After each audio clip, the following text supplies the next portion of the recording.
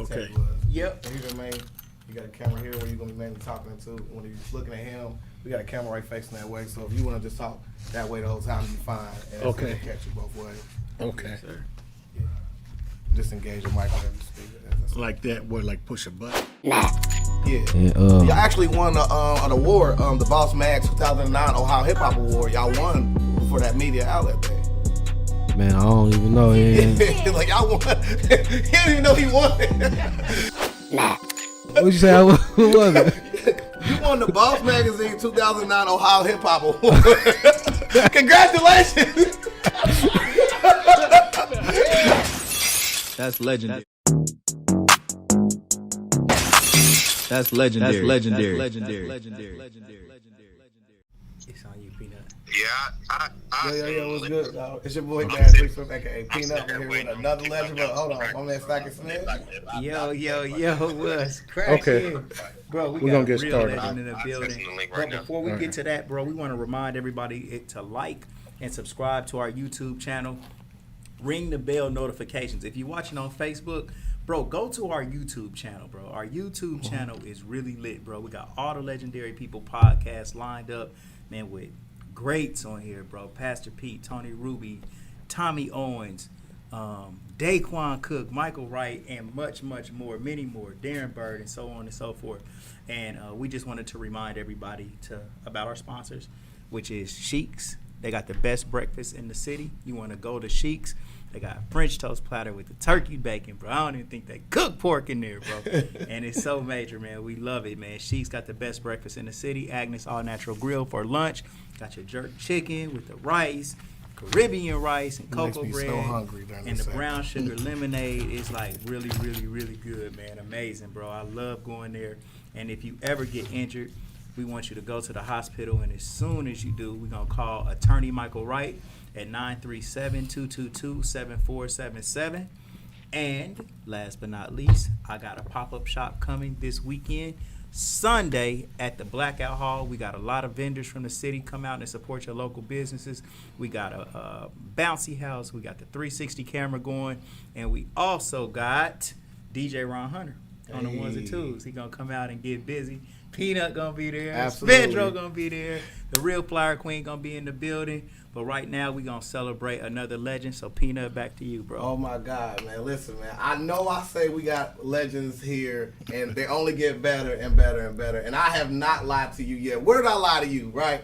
We got Coach Powell, man. What's good, man? How you doing? Good. Oh my God, legendary handshake, a strong handshake. I took my hand off with it. Yeah. So here at the Legendary People Podcast, we like to honor our legends off, learn the origins. So without further ado, where'd you grow up at? Oh man, I grew up here in Dayton, Ohio, Daytonian all my life. Grew up with a family of 11. I have a twin brother, which makes the name Coach Powell go twice as far. He's a very successful author and orator, and he's a track and football coach. Oh, absolutely. So specifically, where'd you grow up? Did you know what block? No, West Dayton, man, off McCall Avenue, between the Boys Club and McCall. A lot of great athletes in the community. The Cole family, for one, all 9 of the boys and 11 of us. Legendary. We had our own football field and everything in the neighborhood.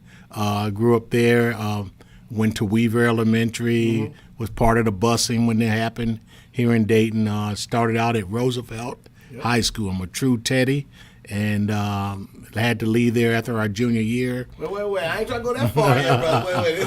He's a good talker, y'all, but I'm going to get him right back there. But like, what was the neighborhood like when you was growing up? Oh man, full of great people and families. That's when Dayton had a lot of jobs, GH&R, the Inlands, a lot of places that's gone now. But West Dayton, there wasn't no abandoned homes. Everybody, had a nice home. Westwood was a place to live, and Resident Park, he was doing better, and so West Dayton was full of places to go and people to do. We had our own shopping areas and football fields and baseball fields. So we had it going on, and a lot of great athletes. If you made any kind of team, I don't care if it was soccer, kickball, volleyball, you were a pretty decent athlete, fortunate enough to make a team. So, so like your dad was a coach as well? My father wasn't a coach. My father played Negro League baseball for the Birmingham Barons when he grew up in Birmingham, Alabama, and but he traveled and then landed here in Dayton. Yeah. So, like, what was that like for you? Like having that many siblings. I'm pretty sure you had your. I mean, like y'all had half of the football team that's going out there. So, Yeah. But let's stay on this on your pops for a second, bro. Your pops played for the Birmingham Barons. Now that's a Negro League team. Is that a professional league, the highest level of the? Well, Negro that was the League? highest level they could go at the time of segregation back in the 40s and 50s, 60s. And he played a little while. He didn't play long. He was a hind catcher. And they had a farm team. He was part of their farm team too. But he had to go to work in the coal mines when he was probably like 18 years old. So, but he was a heck of an athlete, and eventually moved up here to Ohio. And my stepfather was a professional boxer. So we grew up, around athletic people in our family. So we was fortunate to be surrounded by that, and being the youngest of 11. My twin brother and I, we became, hey, run to the store, go run to the dry cleaners, and everything was run. So running, we was able to develop a little athletic system ourselves a little bit there. Now, I always want to ask this. So, like, since you had other siblings as well, were there things that you two could do that the other two couldn't because you guys are twins? Well, my family was musically inclined also. I had a brother who just passed that sang at Motown. A sister sang with United Artists. My mother was a choir director of a famous choir here in Dayton, Dayton Sweet Cherry Choir, years ago, telling my age. And everybody had some talent or another. And my other brothers were amateur boxers also. So you wind up being the hold the bag, and they hit the bag. I can remember those punches now. Wow. You better not cry. You better hold that bag. So you learn something from everybody a little bit, and just blessed to have talent. It was like cigarettes and coffee and music and sports. Every Friday night, Welcome Stadium, seeing Saturdays, seeing 4 and 5 football games back in the day. So. Wow. So like growing up around all these this is so legendary to have all this activity, all the different talent and different types of talent. You got singers and everything like that in your family. I mean, like, to me, like, that sounds amazing. So what was like elementary school for you like? I mean, was it still, because like you still got neighborhood kids also, but did y'all have enough at the house where you didn't venture off and have other friends, or? No, you had other friends because, like I said, the neighborhood was full. And then we would play football in the street under the lights, and we would play baseball, and everything. So you had plenty of friends. Plus, you come in groups. You're like my twin brother and I, and nieces and nephews. We were in one little segment. Then my middle brothers, they were 4 or 5 years older. They had their little group, and we wanted to be like them, Right. stuff like that. So. You ventured, and everybody knew you in school. One, you're a twin, everybody kind of know you. Two, your name, your family name. It's a lot to say when they say what's in a name. That you take pride in being a Johnson or a Powell or Early. You took, when somebody said you were Cole, you go, oh, I know your people, and you couldn't get away with a lot of stuff, And speaking of names, are you Lil Deke or Big Deke? I'm Big Deke. And how did you know that? Where'd the name come from? Man, my mother, I was in church, and we were the youngest. We had to go to choir rehearsal and everything. And then when we went to church, we wind up sitting on the front row because she could watch us, She'd look over there from the organ or the piano. She'd give you that look, straighten up, sit up, don't go to sleep. And we sat with the deacons. So with that came the name Deke, out of that. So they said, y'all gonna be deacons one day. So that's how that came. Deke, that's real cool. Yeah, that's the true way that came. Coach, you was you said that you was part of the busing movement. So with this busing situation, where you bust from like a black community to a white school, or On is Oliver Road in Heatherton, was it? No, Heatherton? I was bused from West Dayton to out here to Shoot Mill Oh, oh yeah, School, and in this neighborhood here where we're at now was all good to do Jewish area, white folks, if we can just be honest, and we were bused out here and was like foreign country. What was the climate, Coach? Like, was they resisting you coming to school out here? Well, Or was it just all- you know what? I really didn't. The climate was such that it was a physical difference. It was cleaner. Not to say we were nasty or nothing, but they had new desks, new books. There was no paper around. They didn't have graffiti written on the wall going through the alleys. And everybody, it seemed to be rich. I mean, years later realized everybody wasn't rich, but they all fake. just seemed that way, And I remember during our busing time, we had prior to that, they had a neighborhood day where students exchanged. You went to their homes for a day, and they came to your home for a day. And I remember going to my white counterpart's home, and their father had golf clubs, and they had a full basement, and they were Jewish. They I didn't know nothing about their culture, and I learned different things, that kind of opened my eyes. And then when they came to my community, we played basketball in the alley, on the rim, on the garage, and later the friend that we switched with, he told me his grandmother had told him, "Don't get too close to me. You can't trust those people." And but the student interaction, it was great, and indeed later in life I could look back and realize, man, it helped me grow as a person, because you got to know people as people, not from what you hear, but to understand that his grandmother perception was, don't trust him, be careful, watch him, and all my parents told me when I went to their house was, your manners, Exactly. You take your hat off, and just different things. And we grew up yes ma'am and no ma'am type people anyway. But remember my father telling me specifically, now you don't have to say yes ma'am and no ma'am, just a polite yes and a polite no will be efficient enough. And later in life I understood what he meant. He didn't want us to grow up with the mentality that they had, that we had to say that to white folks out there. Within our own culture, that was respectful to Big Mama or Grandma or to Aunt Becky or somebody, but across cultures, a polite yes or no was Because expected. He wanted to get away from the Hunker down mentality. Yeah, you know what I mean? Because sometimes, man, you get tired of that. So, Coach, Right. you coming That was up, amazing. What years are we talking about here, bro? I came through elementary school in the late 60s.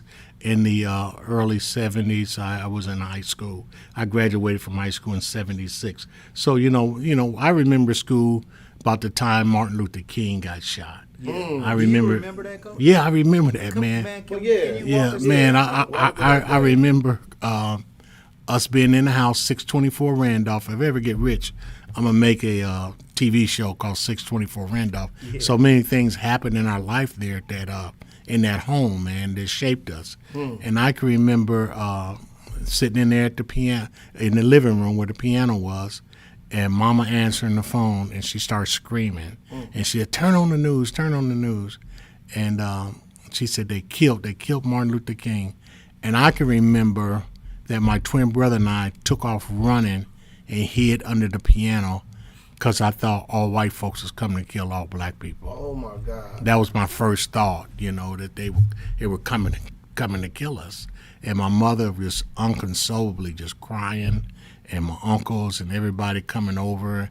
And it was a sad day in America. It was a sad day here in Dayton, Ohio, man. And it's a moment I'll never forget, where I was and what I did. I hid. I didn't know where else to go. I feared they could kill Martin Luther King. They definitely could kill me. That's how I looked at it. And I grew up with a fear of being in the wrong neighborhood or anything like that. I just kind of feared that. And you know what's ironic is that all of the things that brothers had suffered during the 60s, the lynchings, the beatings, the just complete disrespect that we faced, when the kid comes to your neighborhood, they say you don't get close to him because he might do something to you. Mm-hmm. And your parents didn't even have that type of vibe. They just said, just treat him with respect. Mm-hmm. You know, I mean, I don't know, man.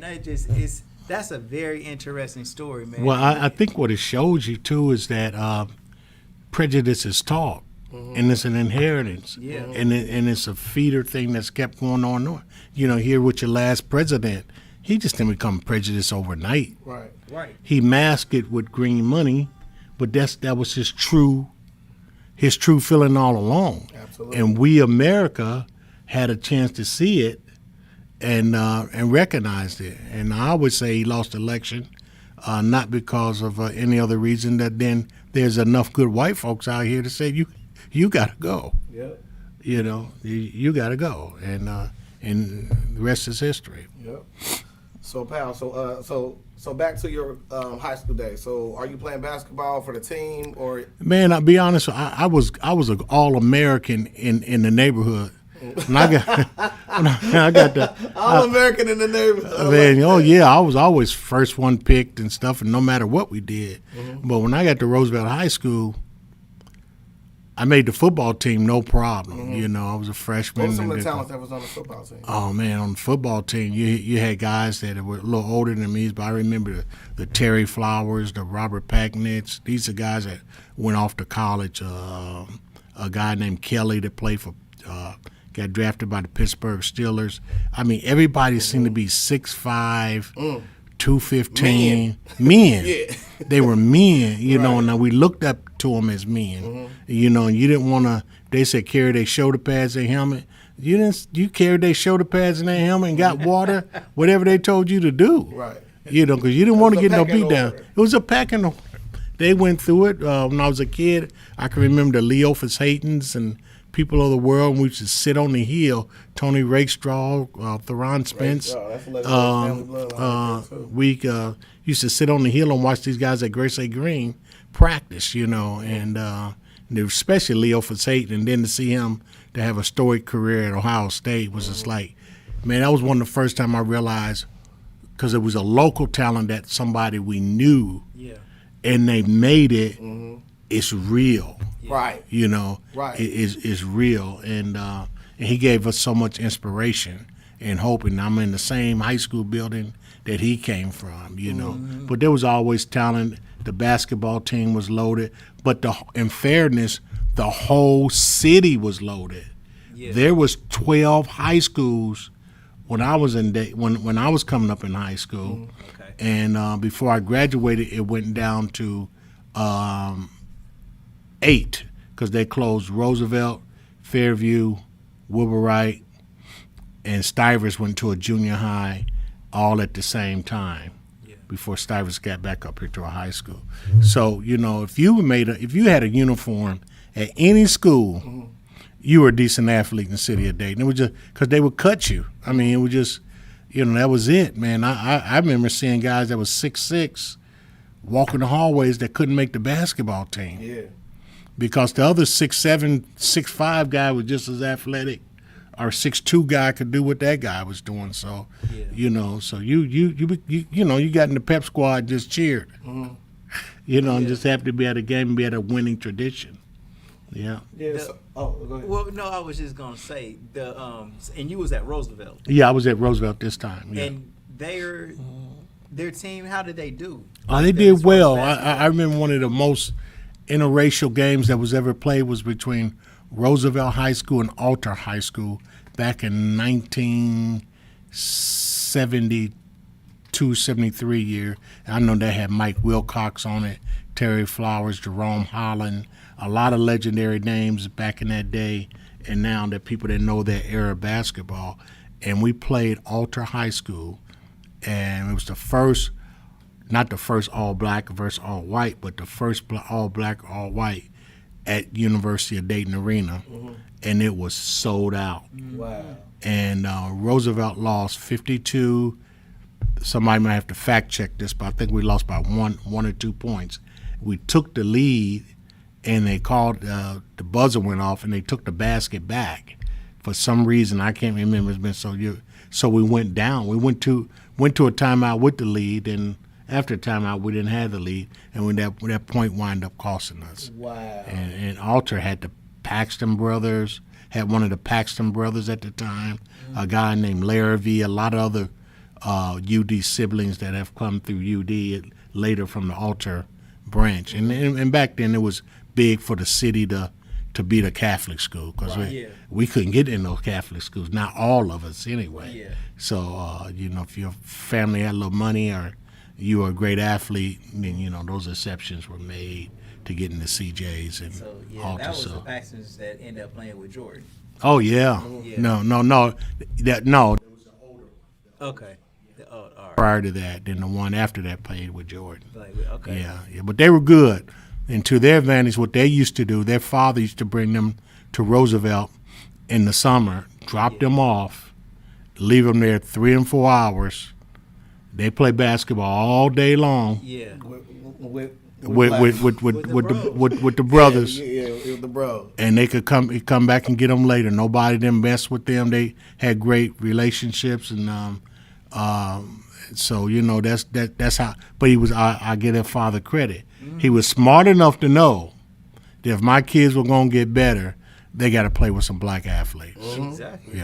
Yeah. I'm not worried about they're gonna be smart enough because they're gonna be smart enough to go to a UD and a Notre Dame. But they don't see this quickness in this athletic system. They, on a day-to-day basis, they have to learn how to get ready for this game, and that went on for years. It's some other good white guys that I know Yeah. that are doing similar things White Right. chocolate and Yeah, all the right other now. people. Right. right now, Yeah, and man, you know what? I like that, bro. Like, man, Me too. I respect it. Mhm. I respect it a whole lot. My brother who coached for the Swish, man, he's done that for years. He has sometimes he'll have a mixed team where he Right, brings right, a couple of kids right. in that's white, and they'll play and they'll get better together. You know what I mean? Right. And I don't want to jump ahead of nothing, but Chris Borland, who was one of my kids that was a first-round draft pick for the San Francisco 49ers in football and played 2 years before he retired with behind the concussion thing. He just reached out to me this past summer, sent a ESPN crew to my house to do a piece on him. That's doing the piece on him because he retired, but I didn't realize how much of an impact I made in his life. And he had told him I was one of the most special people that was influential in his life. He played with me from the 4th grade to the 6th grade, and it caused an uproar here in Dayton. Yeah. Because we were a newly formed little AAU team, Right. little neighborhood basketball program that took on the world, and their father saw me coach and said, I like your style. And he was smart enough, just like the practice, to know, if my kid going to get better, he's got to go. And he was a hell of a basketball player, wound up being a football guy, but he came over, and then that would just open up the door, and I looked around, some other coaches, Rennie and other folks had white kids all day long, and Dayton Airmen were more of an integrated team, and it caused some problems. Hey, they should be playing that. This is not segregation, Right. and the basketball is just shaped just like the world.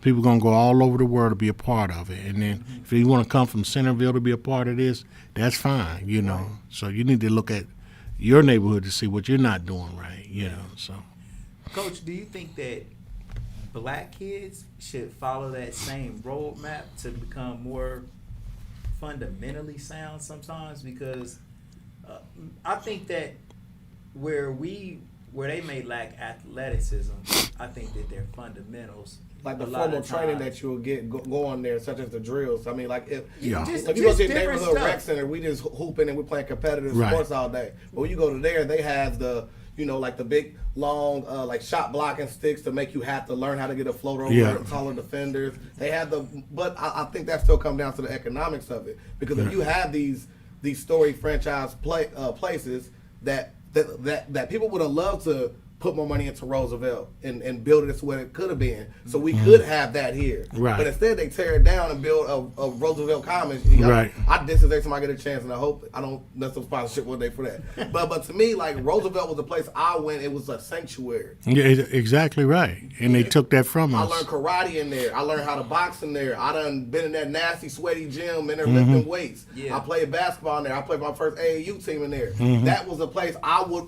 put money back in today. But instead, they like to cut off the heartbeat and give you some fake stuff for you to like.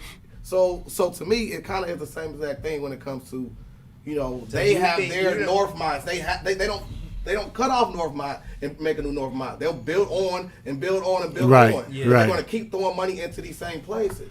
So that'll be the benefit of a player from the hood playing over there, because they'll get a chance to be, have access to the better sports. And that's what it is. It's two answers to that. One, we have to do a better job as coaches Yeah. in our own community. We have the talent. We got to spend the time on the fundamentals. Yeah. One thing I never worried about on any level, any teams I ever coached, was going up and down the court. I know we could do that, and I ain't got to tell you to shoot or nothing. It's just it's just a natural reaction. What we got to learn to do is think between the lines and work on the fundamentals and the basics of the game, and learn to think the game from the neck up.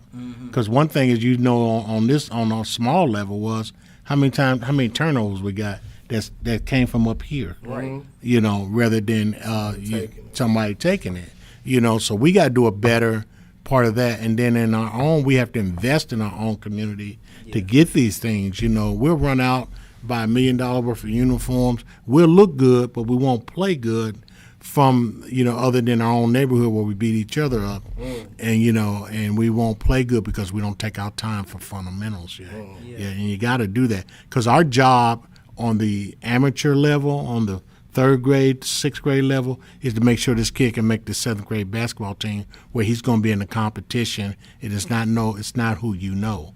And the Northmonts and the Centervilles and the neighborhoods, they're going to find you.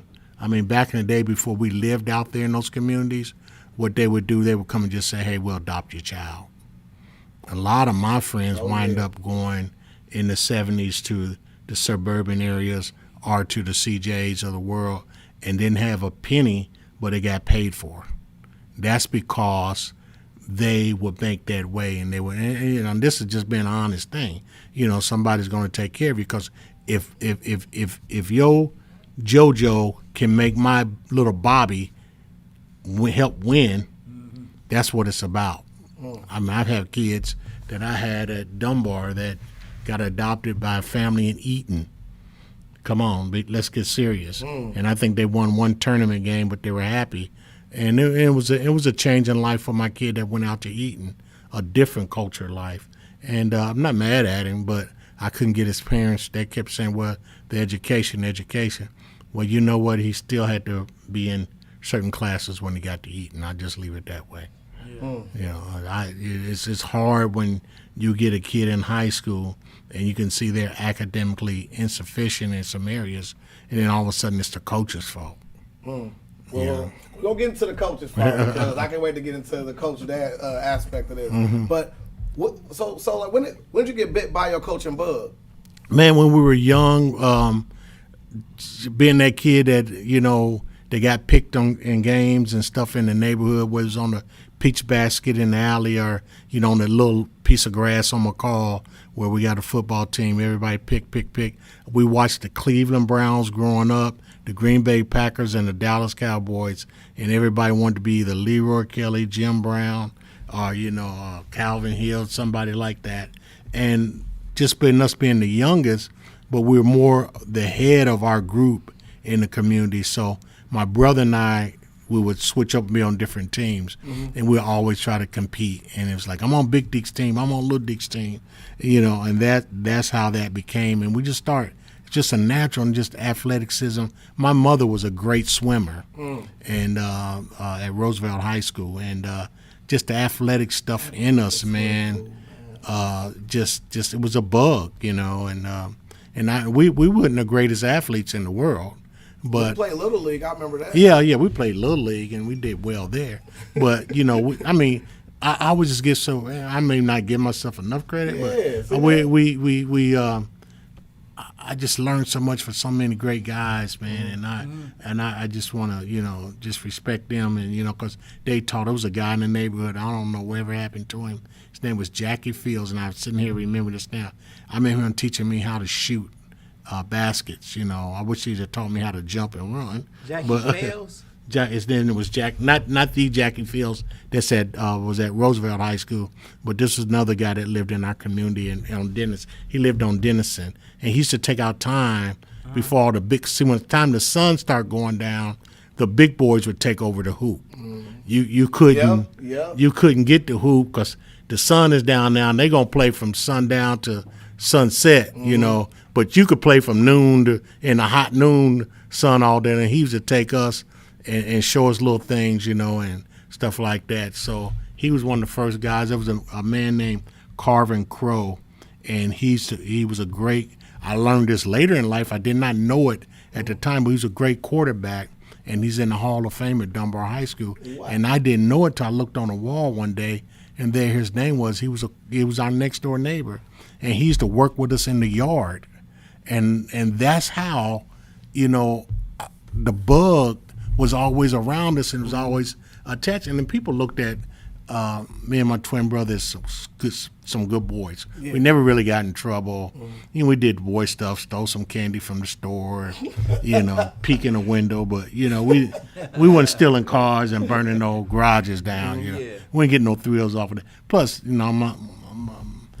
our parents would kill us. I grew up with that fear, knowing that the neighbor could give me a whooping, and and my brothers, oh man, they put the fear of God in us. You the youngest out of 11. Oh man, well technically Alfred is. Oh, Alfred is, but y'all together, boys. Yeah. So any of your brothers kind of act as a father role? My brother, man, we called. My brother we called Sweetie Pie, man. He was about 6 years older than us, and he unfortunately took a wrong turn in life on some things. But he would take us to the Walker Stadium on Saturdays, man, and watch football all day long. And he was a boxer and a baseball player, and he unfortunately, he lost his life at a young age in his 20s. I tell people all the time, man, we're all on a straight road in life, but it's the road that you choose, that's going to determine how you're going to go. And my father always taught us, life is like a crooked road.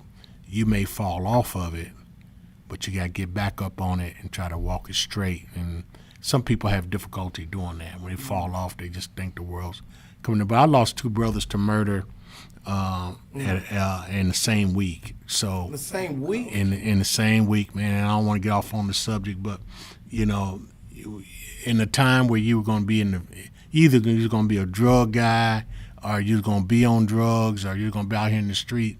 And when I tell my young athletes the streets will cost you your life, I don't say it because it's a common thing to say. I say it because I lived it. Yeah. And I've seen needles in the arms, and I've seen throwing up in the basement. I've seen drugs hidden around the house. I've seen people come to the house and threaten they're going to kill you. And I had a guy pull me over one time with a pistol, and my sister screaming, please, that's not him.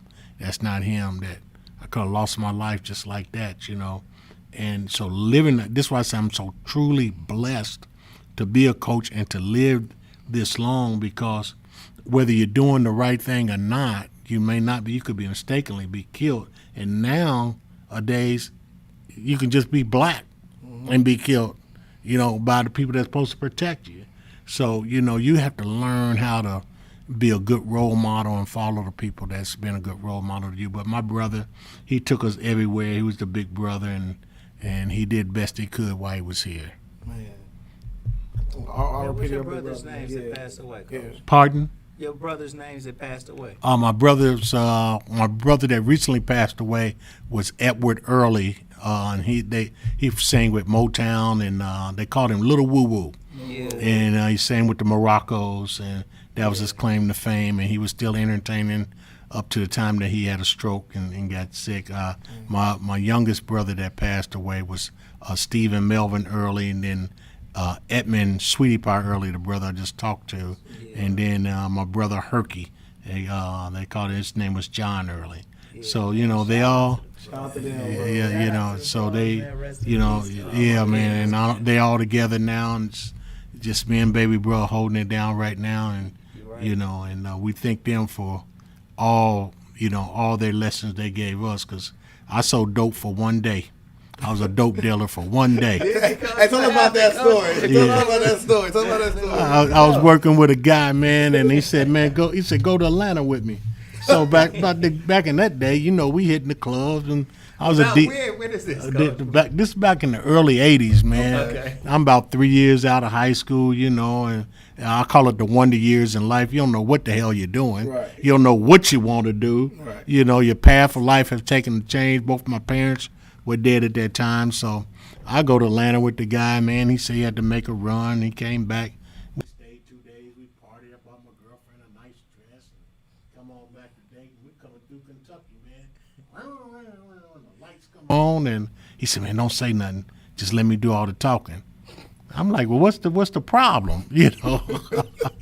So you got a ticket. We come back to Dayton. So I got to make a stop. We go and start offloading this trunk, man. He moved some stuff over to the side. Man, I ain't never seen that much marijuana in my life, man. I said, "Man, you got to be kidding me." He said, "Man," he said, "Look, I'm going to show you how easy this is." He got all this money, and he said, "Man, I'm going to give you this. You just ask your guys at work, do they want something to smoke, and just give it to them." And they'll believe me, they'll be asking you. Man, I did that for about a week, man, and man, there was so much money, man. My brother Herky found out. He was my next. He lived 2 houses down. Man, he kicked my door in. Whoa. He kicked my door in and pulled his pistol and said, "See how easy this is?" He said, "You ain't gonna be selling no dope, And man, I think he robbed me because I gave him everything I had. And I never looked back, man. I'm gonna tell you this. That's how that life goes for the rest of their life when you choose that life. Yeah. Seriously. He said, "You're not going," and my brother wound up being on heroin, and they had a hard time in life. He said, "You're not going to go out like us. You're just not going to happen, man." They put the fear of God in me, because I believe my brother would have hurt me seriously before he let me go down that path. And I thank him every day. I thank him every day, man. So I was like, you ain't going to worry about that. Coach, so when you first started out, when you was a kid, you was talking about how it seemed like everything was kind of cool. Like the neighborhoods was cool. Everybody knew each other. Y'all was kind of focused on sports. And everything was everything. Y'all was a part of the busing era. But then at some point, it seemed like things changed a little bit. Where now your brothers you seeing drugs around. You seeing all of these different type of things that are negative now, bro. Is that around the time when drugs and crack and this influx of the inner cities all over America started changing? Was that the time where you started noticing the difference? It did. And I was about 15, 16 years old in the 74 type time period. And between there and 82, the next 10 years of my life, things changed. All my parents were dead. My father, my stepfather, my mother died a year after I graduated. Life changed for me. I had to come back. I couldn't go to school. I was a father, and I was lost because my brothers that should have been guiding me, they were lost in their lives. So they couldn't guide me. And I knew what they were doing. I didn't want to do that. And it was like the whole world. And then in Dayton, man, about 80, 82, when the crack got to be whose territory was who, and the young boys was blowing up, and I'm watching some of my own ball players blowing up, and it just became killing each other was nothing, and all this stuff became so all at once. It's like we went from a peach march to Vietnam, all in our little city, and Dayton went crazy. You know, so those things, man, it just, you know, you had to sit back and say, hey, you know, you gotta make the best decisions and the right decisions. Yeah. You know, and it wasn't always easy, man, because some of the factory jobs are drying up. You know, there was a lot of layoff back and forth in the industry then, and it was just really tough. Coach, you was working around this time too? Yeah, I was working. I started out. I used to have to walk, man. Believe it or not, from Riverview all the way to like Northridge High School area, and I didn't have money to catch a bus sometime. Hey. I would walk to work. I worked in a little company, a little plating company, man. I was dipping parts into a chrome machine, take them out, and then I would walk. A guy would give me a ride to downtown, and then I had enough bus fare to catch downtown back home. So I did that until I saved up enough money to get a piece of car. When I tell you it was a piece of car, hey, man, it was a Cadillac to me, but it was a piece of car. It had house paint on it. Yeah, wow. It was, look, somebody.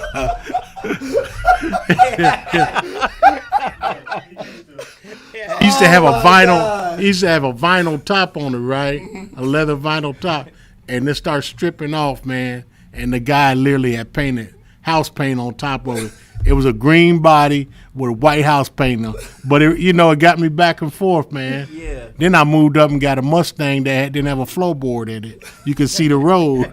You like the Flintstones. So I always promised myself that I was gonna have a Cadillac, and wound up eventually. I had a Falcon too. Falcon. That was high school. That was high school. That now somebody's about to tell on me because Eugene Packard said the birth of the Powell Bowl. Yeah. The comment that you got here. Yeah. The Powell Bowl. Stivers Tigers. Stivers against Rolfe, man. And that was called the Powell Bowl? That was called the Powell Bowl. That went on for. That was a cross-town rivalry, man. When I started coaching, my twin brother started about a year or two after me. Okay. So when the public schools went back to a format where they put the ninth graders back into junior high, they needed freshman coaches. So our feeder school was Stivers to Dunbar. So Coach Montgomery said, look, I don't want to lose you, but you're the best one I could trust to go down here and teach the kids. Mm-hmm. I didn't want to leave. We had some horses at Dunbar. We rolling, kicking Centerville's butt. Everybody, but I wanted to stay, but I went down there, and then my twin brother came with me, and we had a successful season. But that time, Rolfe needed a junior high coach. So my twin brother went up to Rolfe. Oh, man. So he came up with the term, man. We were always, between Fairport, Rolfe, and Stivers would have the best teams. Yeah. But he said, man, I could beat you every year. And I'm like, man, you can't beat me every year. So the Powell Bowl came. They were scheduled at the end of the year, and we'll have a big trophy, man. Mm-hmm. And I win. And the first time, he did not win. I don't care what he said. Yeah. He tied. And, man, you think he won the Super Bowl, man.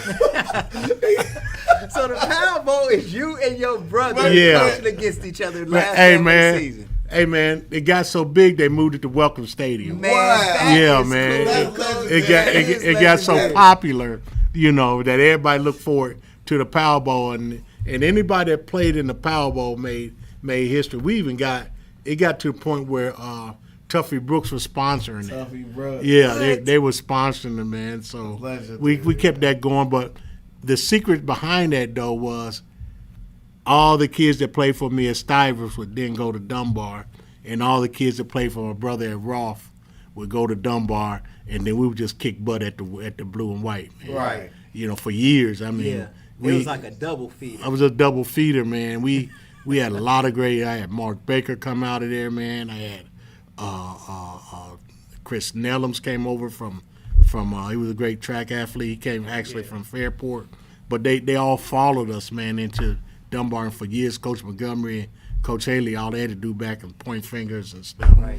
And they was bringing in the horses, man. We got Chuck Eric Miller. Boykin checked in. He said Oh, man. it's 2-0 in the past. That's right. Tell the truth, man. 2-0. That's right. Funny story about Eric, real quick, man.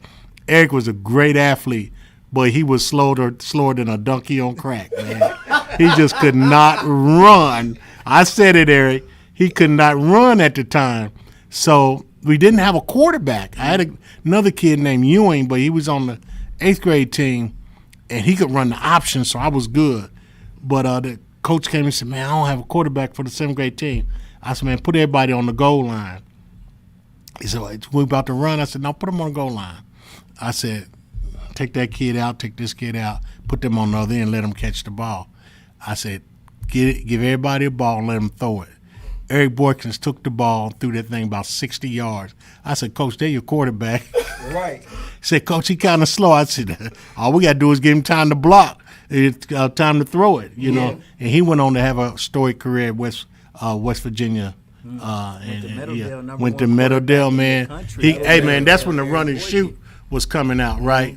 And Meadowdale was one of the first high schools was throwing that rock. Yeah. And he threw his way all the way to a Big 12 school, man. Yeah, Man. He was gonna go to Michigan. Mm-hmm. Or I don't know if Eric actually signed with Michigan or not, but he was my classmate, man. Mm-hmm. He was a big deal at Meadowdale. Yeah, and yeah, Eric, yeah. by the way, bro, we want you to come on and tell your story too. Oh, yeah. Absolutely. Oh, you got a beautiful story. So I'll ask you a question. So, like, how do you feel about talent versus hard work?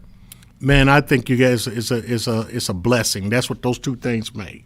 You know, if you talented and you do hard work, you're going to be blessed. And the first person to come to my mind when I think about talent and hard work is Norris Cole. Norris Cole was the only athlete that I coached, and I love my sons, and I love Daquan is like a son and everybody, but that had his priorities in the order in which God was going to guarantee him a blessing. Because he had his spiritual balance, he had his athletic balance, and he had his academic balance. You could not find Norris Cole until about 7 o'clock on Thursday practices because he had to go to church study from 6 o'clock to 7, Bible study. And he would, no complaints from me, no complaints from Coach Pullins, but he's the first kid to come to mind when you say talent and hard work. Now, some kids are talented and won't work hard. Some kids will work hard and just have never had the talent. And I had more of them than I had the opposite. But those kids that work hard wind up being serviceable and very good people and athletes, you know, to be and I put myself in that category. I was more of a hard-working athlete than I was talented.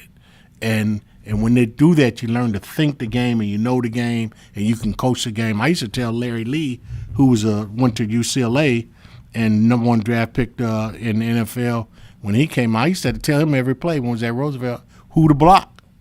He had more talent, but I had it more upstairs. Yeah. My twin brother was a center, I was a guard, and Larry was a tackle. And him and another guy named Marshall Parks, who went on to Michigan, we used to tell him who to block every time. But Coach was like, if you don't know, ask the Powells. And so that's how, and my coach used to call me Coach when I was in high school. Right. What? Yeah, he used to come. He said, "Look, Coach Powell, you ain't a coach yet." You know, I was like, "Coach, Coach, just to yeah, spite you a little bit. yeah." Because we would always have a suggestion. He said, "Well, run the damn play." They said, "Run the play." And we said, "We're gonna trap them." Then the 4-4, we're gonna trap the middle, and boom, boom, Paul Thompson be gone, man.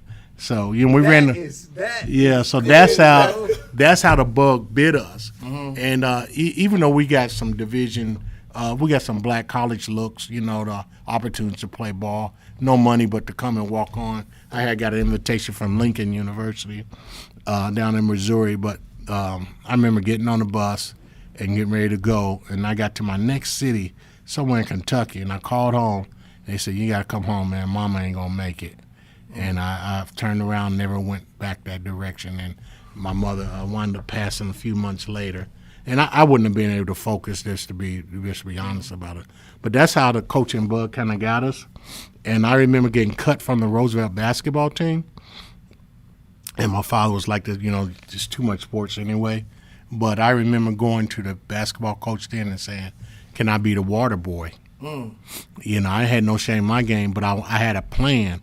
I was going to learn how the ins and outs how to coach basketball, and that was my secret for trying to be the water even guy. in high school, you Yeah. had that vibe where Yeah. he was thinking Yeah, about you. pep were rally the and all coach. that. Like, yeah. Well, it was just a bug, man. It was Yeah. just something that, you know, I can remember getting the detention in school in junior high because we used to write X's and O's on the desk. Then my twin brother took the class behind me, so he would write his play on the desk. And the teacher told my mother, if I can get them to write a report the way they write those football plays, they'll be all right. Coach, But it's just something we did. did Wait.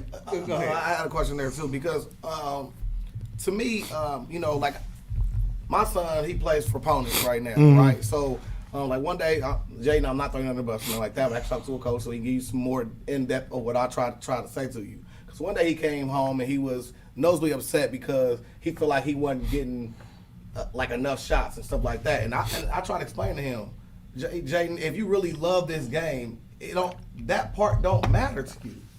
You know what I mean? Like if you don't make the team and you still want to be around the team, that shows you really love the game. If you only love the flashiness, the money, and the cars that come with being an NBA basketball player, son, you can stop going to practice and start working and getting you some money. You can live that lifestyle if you really want to. True. So to me, like, how can you tell in a player if he's truly intentioned to play game, like love the game, or don't?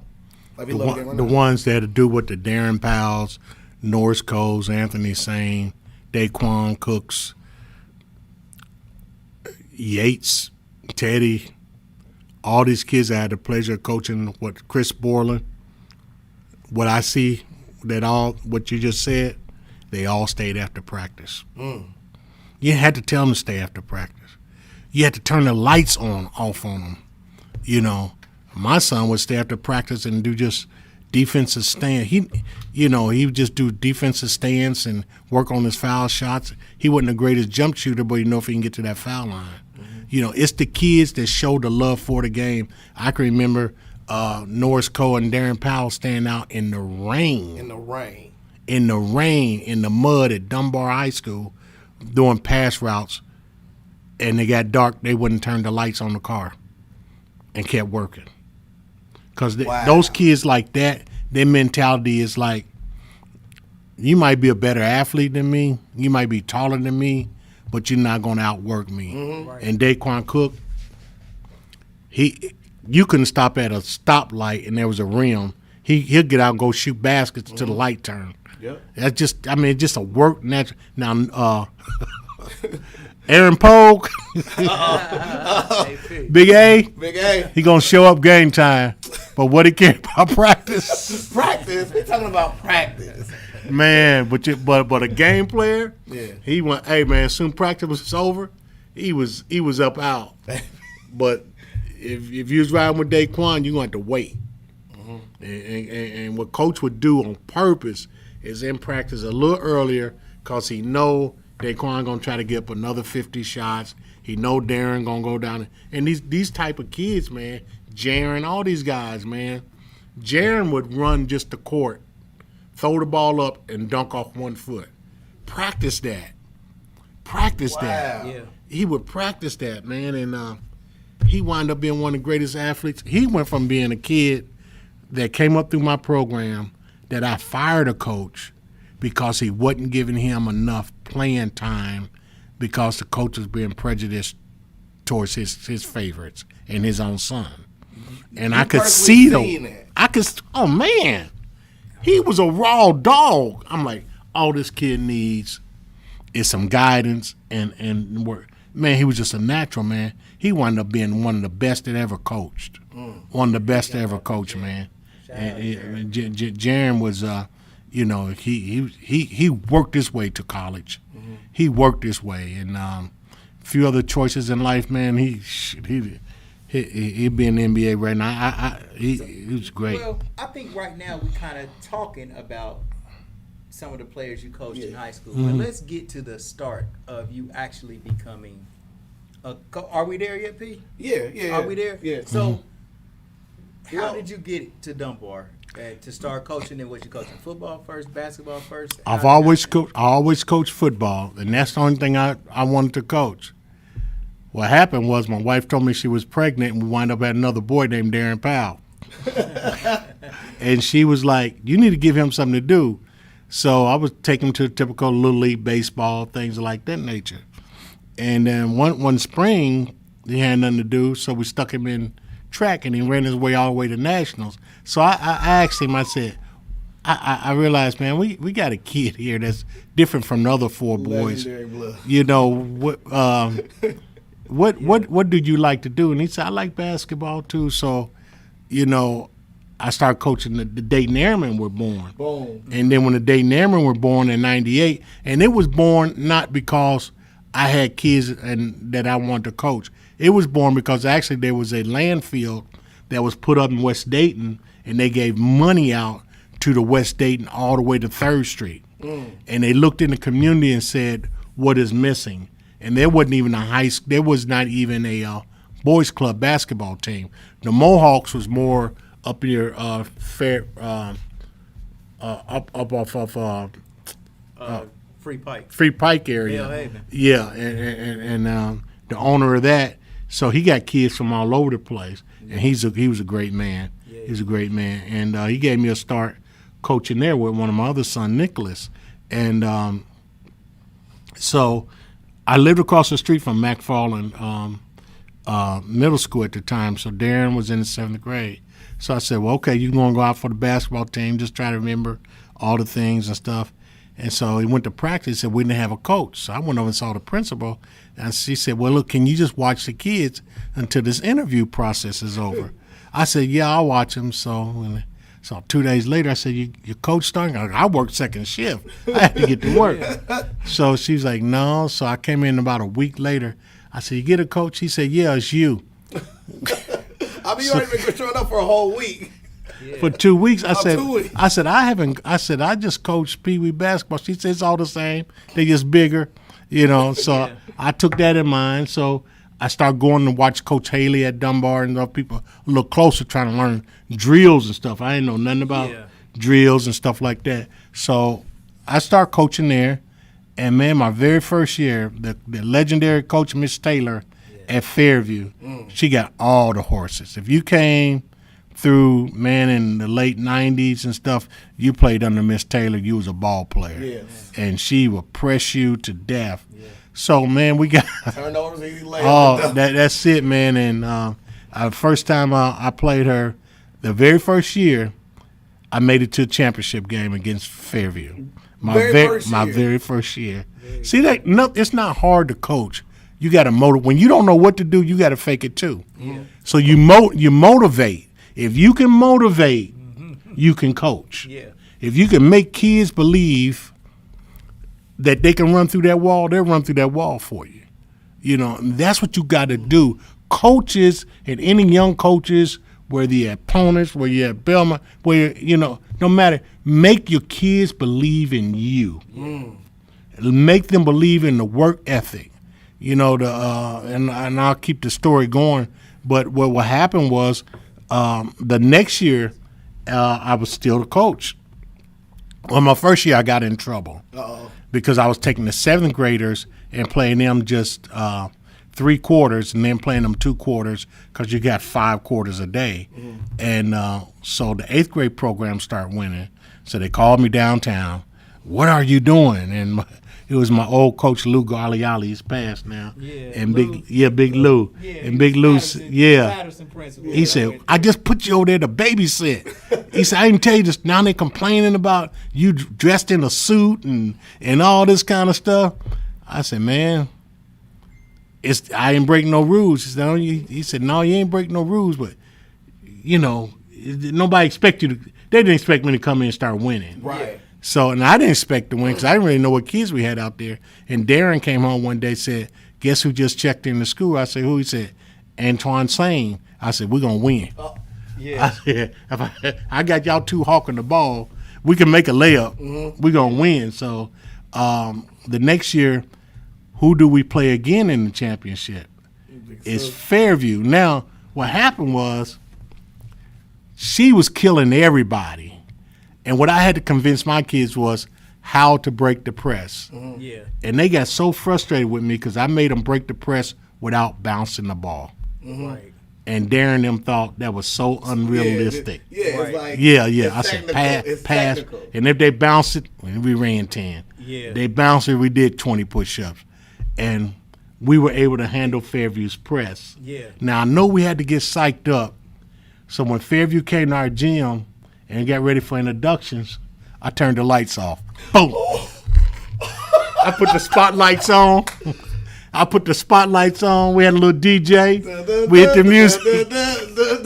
Now, I didn't know it was going to take 20, 30 minutes for the lights To come back on. Yeah, to come back on. Because once you turn them off, they got to warm up. Back in them days, yeah. So the lights came on. We playing in a dim look gym. So we wound up beating Fairview. We said, let Daquan do whatever he going to do.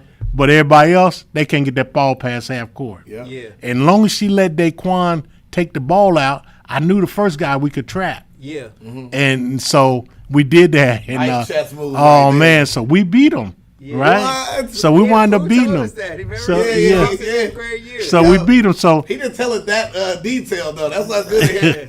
I'm gonna cut it. So what happened was then that was in the regular season. So the championship game came, and it was at Stivers, and man, it was us again. And she told them when we got in the draw, we could have went both different ways, and she decided to come our way. She said no. She said Rolf. She said McFarland got lucky, and we're gonna beat that butt. So she took us on in the first game in the junior high tournament. So I go back to the school. The kids ready to practice. I picked up the ball, put it in the bag, and told them to go home. And they was like, "Why we going home? We got to practice." I said, "No, you playing Fairview." They say, "Y'all a bunch of punks. You know, y'all got lucky. We got lucky, and so we might just go out there and get our ass kicked." So excuse me. So so to make a long story short, the gym was packed. Every high school coach was there, near and far. At that game, High stakes at this point. high stakes. We kicked that butt, There we go, man. and we never practiced. What? Wait. We never practiced because we only had one day before the game, so we never practiced that day. But you gave them that speech to like still motivate them for the. Y'all ain't nothing. All this work y'all done done. Nobody respect you. You go out here and earn your respect, and that's how that came about. Darren wasn't a great. He was a shooter back in those days, and him and Sane, and I had another kid named Trevor. I had Mark Anderson. Okay. That was Dwight Anderson's nephew. Yeah. He was the hidden gem. I said, get the ball to him at the foul line. One step, he was at the hole. Boom. Right. He could dunk in 8th grade. Yeah. And, man, Well, that pressure when the and we put that pressure back. See, they learned how to press, but Fairview didn't know how to beat the press. Right. They just know get the ball to Daquan. Yeah. If I doubled Daquan, he was a good athlete. I said, look, he's 14 like y'all. Yeah. He going to get the ball up. Yeah. Yeah. He going to throw the ball to somebody. We can't give him the ball. So, and Big Aaron wasn't a guard. You mean they're in junior high. They get 6'5", 6'7". Yeah. You know, they. Oh, man. Aaron was at Fairview too. Huh? Aaron was yeah, at Big Aaron was Fairview, at Fairview too. So and she had a kid named Aaron Bowles. They had a good squad, but we beat them twice that year. Right. But still, my hats off to Miss Taylor. She was a female in this game, and she ran the city for a long time. So my name started getting around. So I was going up to Dunbar, and I was telling the coach, I said, "Look, coach, you need to come and see these kids." Yeah. I said, "Coach, I'm telling you, these kids, they got the potential to win the state Right. Wow. when they get in high school." Right. So, I finally was able High to. school coaches, I didn't know they're focused on the kids they got Yeah, right right there. now. But Right but now. us as like junior high coaches or 6th Yeah. grade, or we got our You trying feeder to become the programs, leader. Yeah. Right. we know that This kid is hey, special. Yeah. 3 years, this kid that I got in this program can potentially Right. be a program changer Right. for Yeah. you. Come check him out, recruit him. He's trying to give him to you, and you seen that, coach. Right. And I seen it. So I started going to Coach Pullins. He was the girls' coach. Yeah. I said, "Coach," my 7th grade boys can scrimmage your girls. But they ain't that good. I said, "Coach, I'm telling you, we can make y'all work." Yeah. And we used to go scrimmage Dunbar's girls basketball team. What? And we used to go do that, and they was patting our boys on the butt and intimidating them, blowing kisses at them. And but Darren will tell you, it made them better. And then when they came to Dunbar after their sophomore year, which that group went all the way to the regionals as sophomores. So then next year, Coach Pullins took over the boys' job, and it was history for the next 10 years. Next 10 to 12 years at Dunbar it was like we just ran everything pretty much. So as soon as Pullen got the job as the boys coach, he Mm-hmm. called you up. Yeah. Okay. He told me, he said, man, I can't do this by myself. Right. So I said, Coach, I had been coaching high school by 2 years then, and a lot of people were like, oh, he don't know nothing. They were betting money against me in the stands that Meadowdale was going to beat me because I didn't know nothing about coaching junior high. Right. I mean, a high school basketball. Yeah. Was you the JV coach? I always been the JV You coach. was JV coach. Okay. I kicked that butt by about 20 that night. Yeah, and my own friends betting against me now. My own parents that came through the airman program. Nah, he can't win, man. It's too much for him. It's too much, man. And man, if you watch enough ESPN, back then we had the old pop-in tapes. You learn what you need to learn. Coach, you know what? And I'm younger That's than you, super cool, but man. I went through the same thing, bro. Mm-hmm. Like, because it was just you got people who just felt like there was only one way to win, or you had to go through all of this technical stuff. Like you were saying, like you didn't know drills and this and that. But you remember how you were saying you was a hard worker? Like when you don't know, man, you will watch. You probably wasn't watching YouTube back in the day, but you went and watched Coach Pullen's practices, or you went and watched Mike Haley's practices. And like when I first got an opportunity to start coaching, I didn't know anything. And what I did was I just started watching like Steve Nash training videos, or all the brothers who I knew who could really coach, who I would see like my older brother.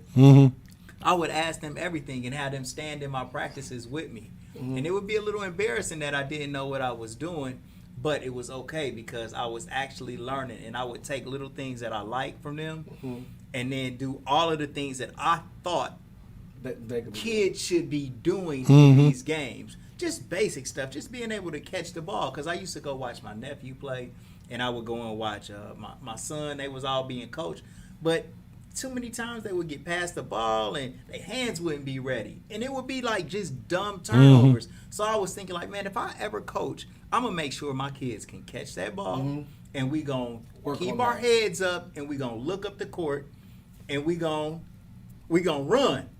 We gonna play fast, and we gonna play smart. I wanted my team to have like athleticism and intelligence, and go and get them type of players who could bring that to the table. But That's not amazing, about too. me. Just listening to what you're saying, man, it's so ironic, Legendary man, handshake. that people would say that because Coach Chastain came and got me after I was winning at Meadowdale and was like, Coach Smith, come up here and coach and be my JV coach. And he told me so many people was coming to him saying, bruh, he don't know what he doing. Yeah. He ain't that. And I just was like, damn, you know what? That might be true. Because you know how we can second guess ourselves. Right. But at the same Imposter time, syndrome. I knew that we were being successful on this younger level. And then I would just think like all of that same type of energy and good vibes I would bring to the kids up there, Right. And I think And it does transfer, but the thing that,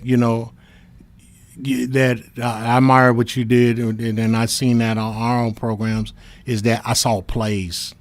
Yeah. I didn't just see fast break. Oh, no. Because all that worked good when we playing against each other. Right. But when you playing Centerville got and you magic playing all cuts the other and and all this stuff, you got to teach your kids how to think. And one drill that I picked up, man, and the kids used to, and the ones that's listening that play for me, we used to practice basketball for about an hour without a basketball. Yeah.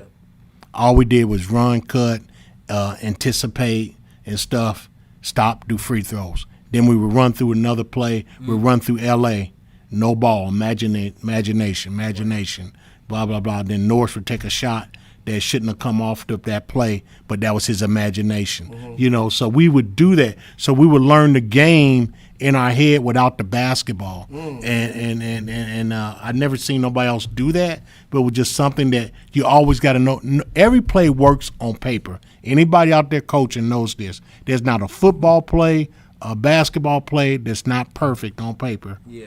It's when you start moving, you got to get damn going problem, live. you know. Right. So you have to have your kids got to know if that's not there. If you can't cut baseline, you may have to cut, up the middle, But you'll eventually get to the spot you need to go. Yeah. So that's just one of the tricks that I've learned to incorporate, and it helps thinking wise, So when you get to Dunbar, had you guys before your era, you and Pullen, had they won any championships? Oh, in that man, past Dunbar was a 4 or 5 years span, 6. No, Fairview was running the house. Okay. I mean, not Fairview, Colonel White. Colonel White. Colonel White, Yeah, man, he was. Elder. Oh man, they Ron Scales. from the elder scare, everybody started going there under Coach Clemens, and then when Coach help me, Staten was there, he was a heck of a recruiter, and then the coach that came after them, they start winning. They start winning under Staten, then political stuff got involved, and that's the part of the system we in, and then other coaches came in, but he already had all the talent there. Yeah. So you couldn't be Colonel White, man, for about a 7-8 year span there. See, the secret is if you can get 2 classes in back to back, and then maybe that next class get a piece or 2. This is how we looked at it. Then get another good class in. You can stay on top for years to come. Kids get 4 years.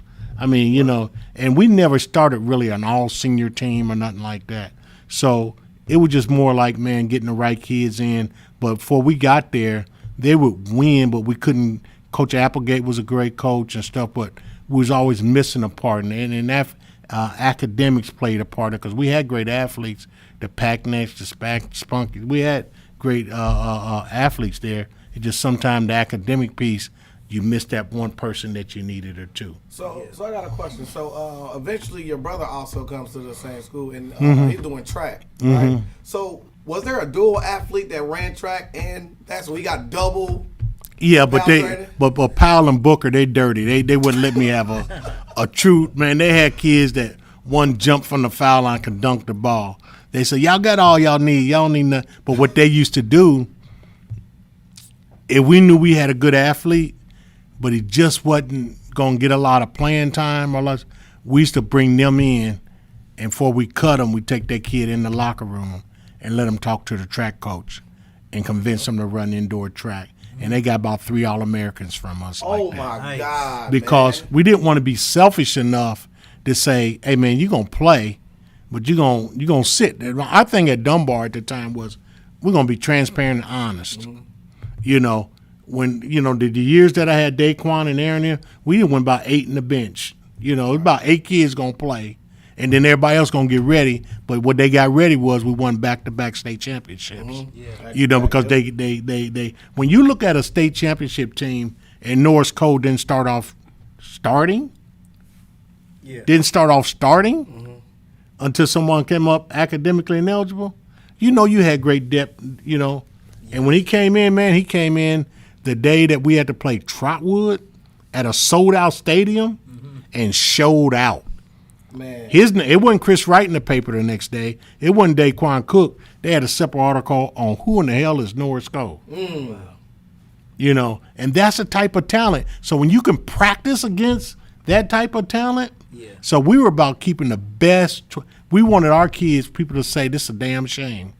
That kid could be starting to so-and-so. He sure could. But Once he y'all had start Dunbar. getting good, hold on. We going further. Wait a minute, Coach. Let's rewind.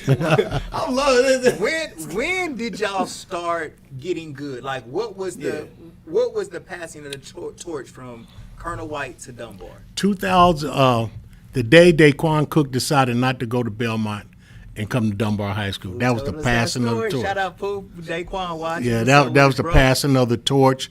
He was the last piece. Belmont thought they had him. And one thing you can't give a Powell coach an opportunity is talk to a kid. Because I'm going to be honest with you, I'm gonna be straightforward to you with you.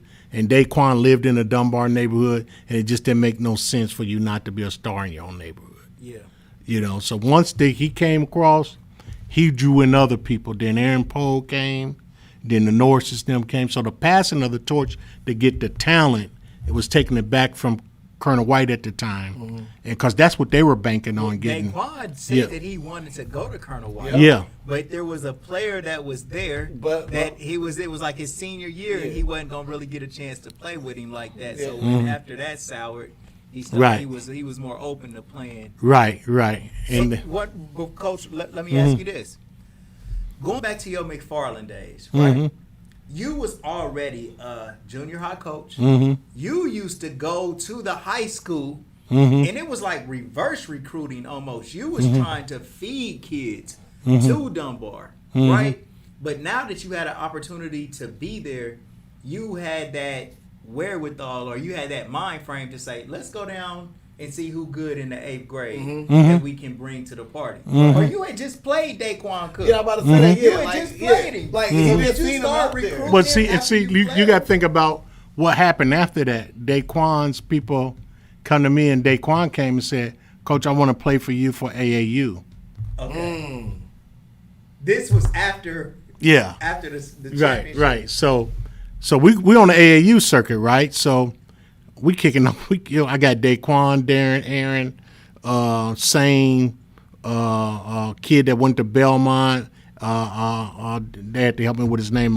He was a 64-0 AAU team. Yeah. So we rocking, right? So so it got to the point though, coaches. I was like, man, this ain't even fun no more. Right. You know, we beating people, and I'm not even starting them till after halftime. I would let teams be even with me because the kids I had on the bench were good too. Or we'd be up at least 8 points, right?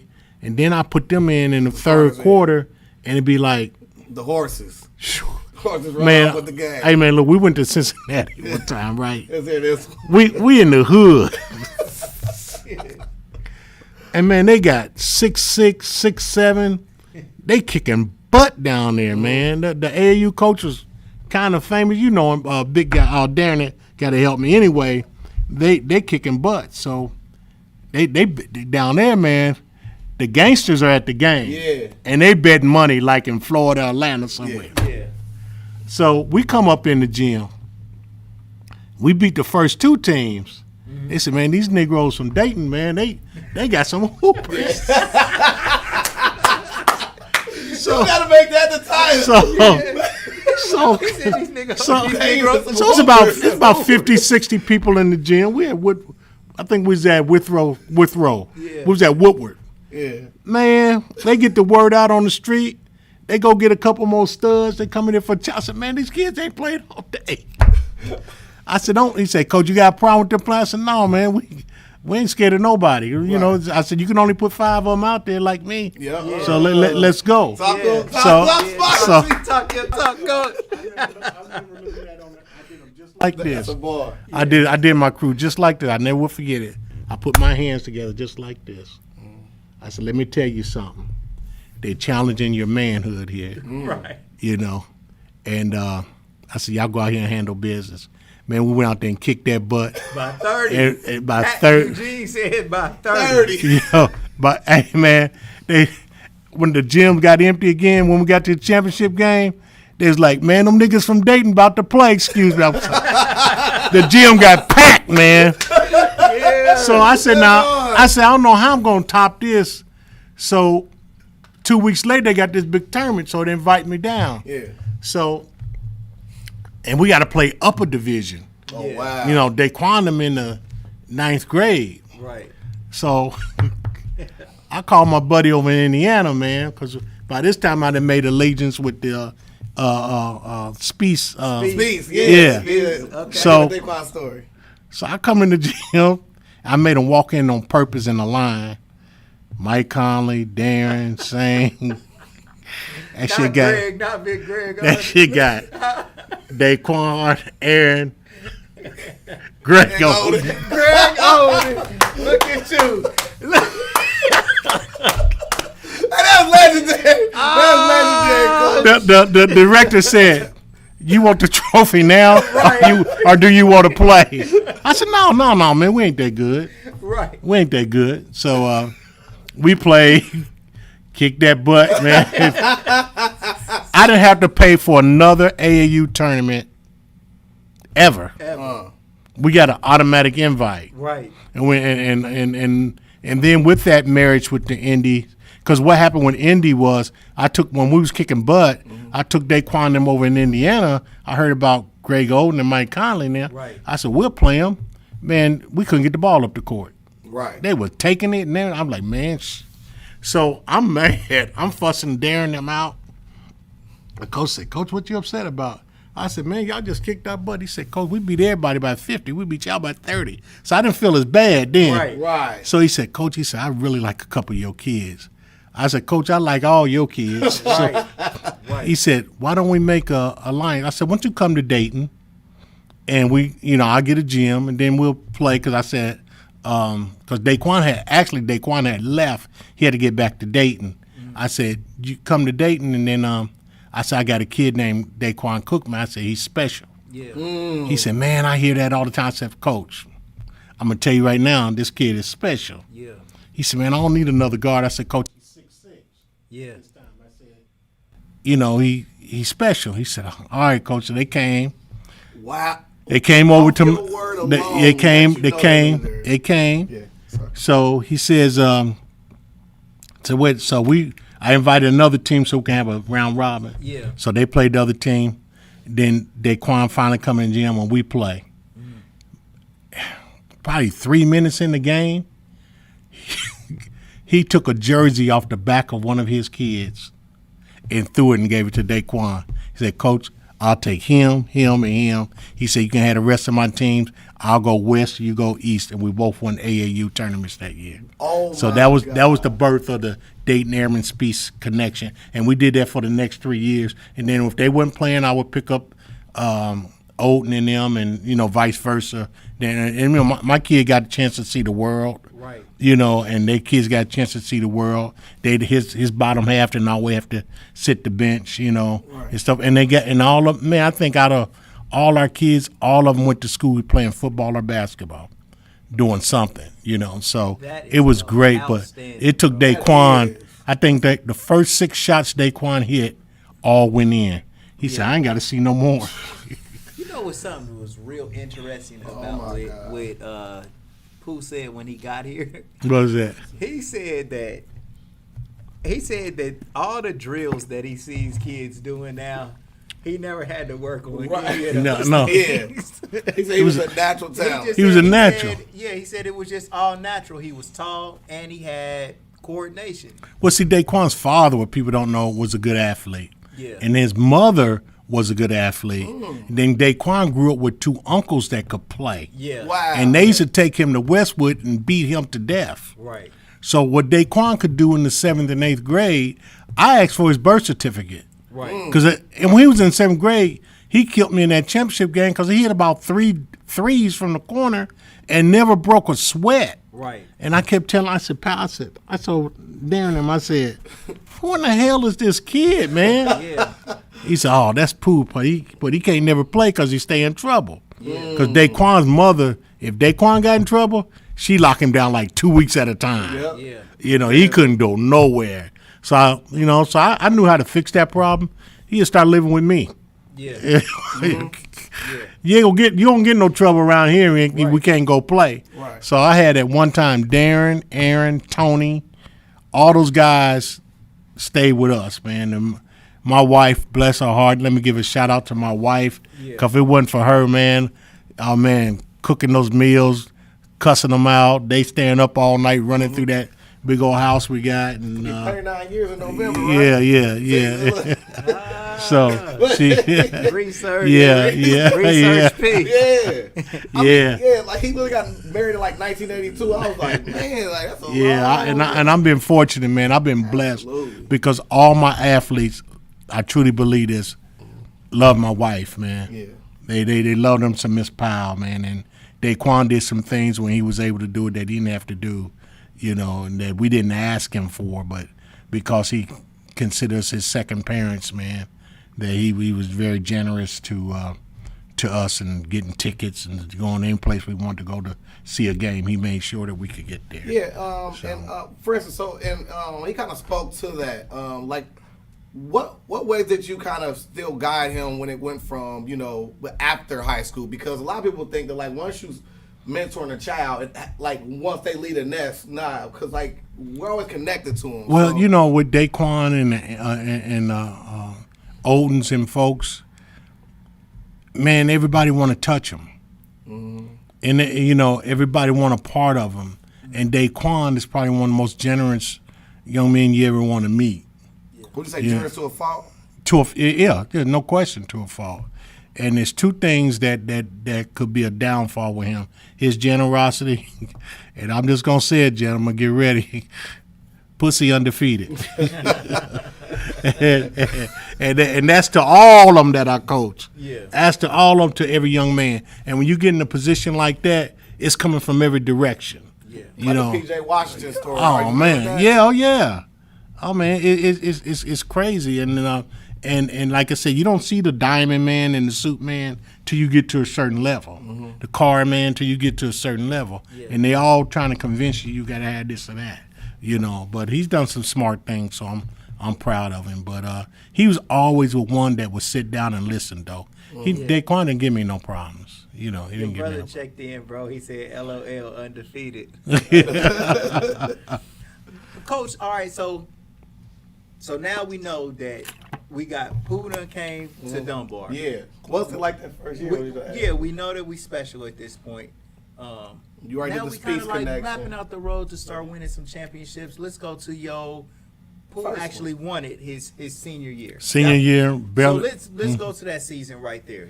Man, that was special, man, because the year before we lost it. Yeah. Mm-hmm. We lost it in the semifinals, and we lost to a team, Upper Arlington, and the Diebler brothers, and they could shoot the ball from the parking lot. Mm. And all they did was true run gun, first one to 100 win.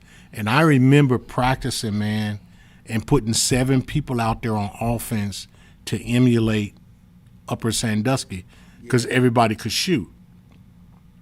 And I remember Daquan and them getting mad, saying, this is unrealistic. Y'all going too far. They can't be this good. Yeah. Man, we were down 30-something. Somebody might correct me that knows for a fact, 30-something at halftime. Wow. We lost the game by 4 points. Yeah. We set a record for the greatest comeback. We fell a little short, took an ill-advised shot at the end, one of the players too far out, and that wasn't their range.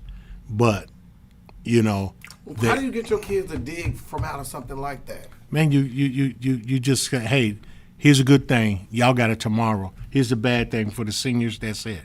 Y'all got a chance to win it. And I remember we start traveling there. When we went to the next year, we got invited to the basketball classic in, I think, South Carolina. Man, some of the top teams in the nation there. And we lost the championship game there. And I remember, man, Daquan standing up saying, we are not going to lose another game. And gave this, I never seen him almost cry, but gave this, man, I'm working too hard. We're working too hard. Darren saying stuff. They threw one guy off the team. I don't know how he got back to Dayton. They threw him off the team because, like, man, you ain't got the right mentality type approach. And I thought, oh, man, this is a nice little speech. But we got 23 more games. We're going to go undefeated? Man, we went undefeated the rest of them. No team in Ohio beat us. Oh my no God. Team, Akron St. Vincent, nobody beat us. And they were still loaded from the LeBron James days and the reputation. Right. They getting everything up north. Yeah. And we were supposed to play, but they's like, hey, man, if we can't get 5,000 and you can't get us in the UD Arena. And we went up and played them Daquans them sophomore year, and they spanked our butt. They're supposed to come to us the next year and backed out. Yeah. So the only time we could catch them was in the tournament.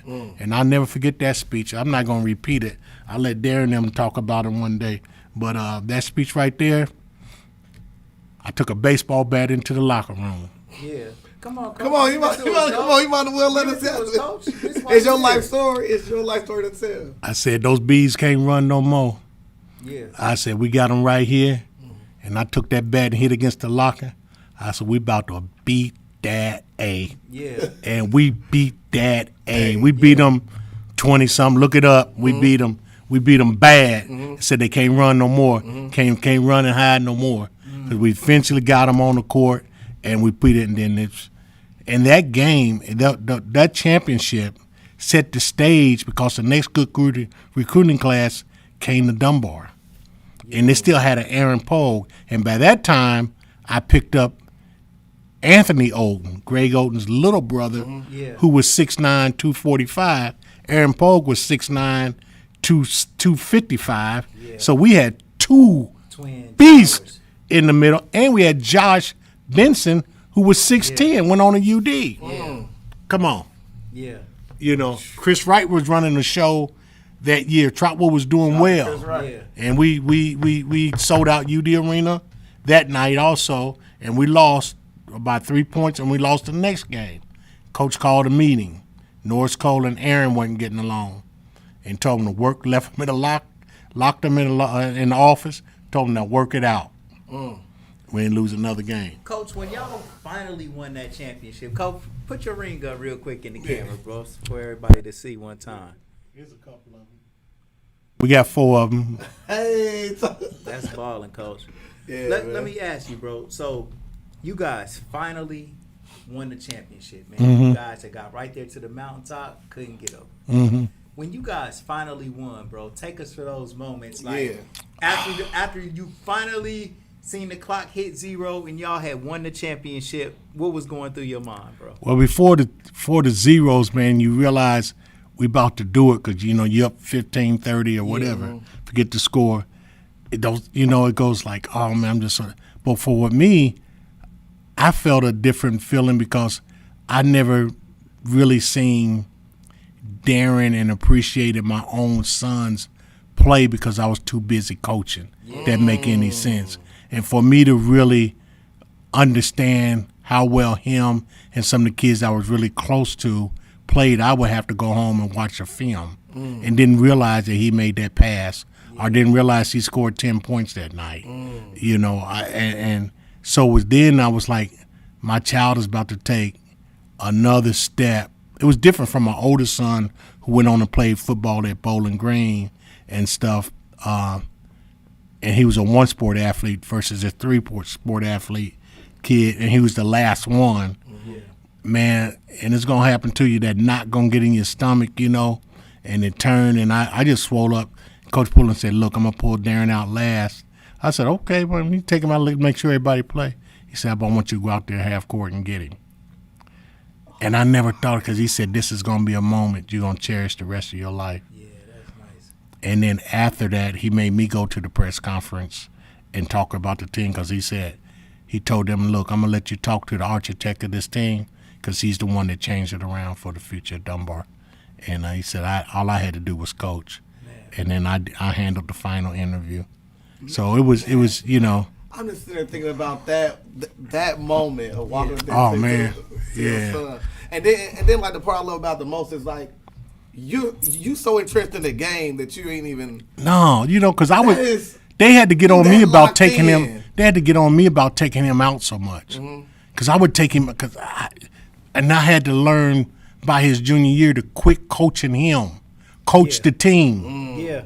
You know, quit coaching. You know, he gonna turn the ball over. They all gonna turn it over. Quit being so much harder on him than you are on, you know, everybody else. You know. And that segment. Yeah, well, I think that all comes from you just overcompensating, making sure everybody ain't gonna say Daddy's ball. Daddy ball destroys a team. Because parents parents can't wait. Right. They cannot wait to blame anybody. Right. Right? And it's gonna start with the coach. Right. And the thing about it is, a lot of these fathers, they coach because who else gonna coach some little kids? Right. I say it over and over. So you gonna get a father coaching. Oh yeah. Whether you want it or not in your organization, it's gonna happen. You gotta have somebody to coach. Right. And you're not getting no person that just graduated from college to come and coach no 3rd and 4th graders. It's gonna be a father. And that should be respectable, but the problem is parents don't want to see anybody just mishandle their children, Right. play favoritism over their child, and it can really happen. So it happens when you got a father coaching to hit their son. It normally happens one or two ways. One, either the father does involve himself in daddy ball and really does show favoritism towards his son, which is gonna happen, or the father might be too hard on their son, and every little thing their son does gets magnified, and they take him out the game first and yell at him and coach their son like you were saying, coach.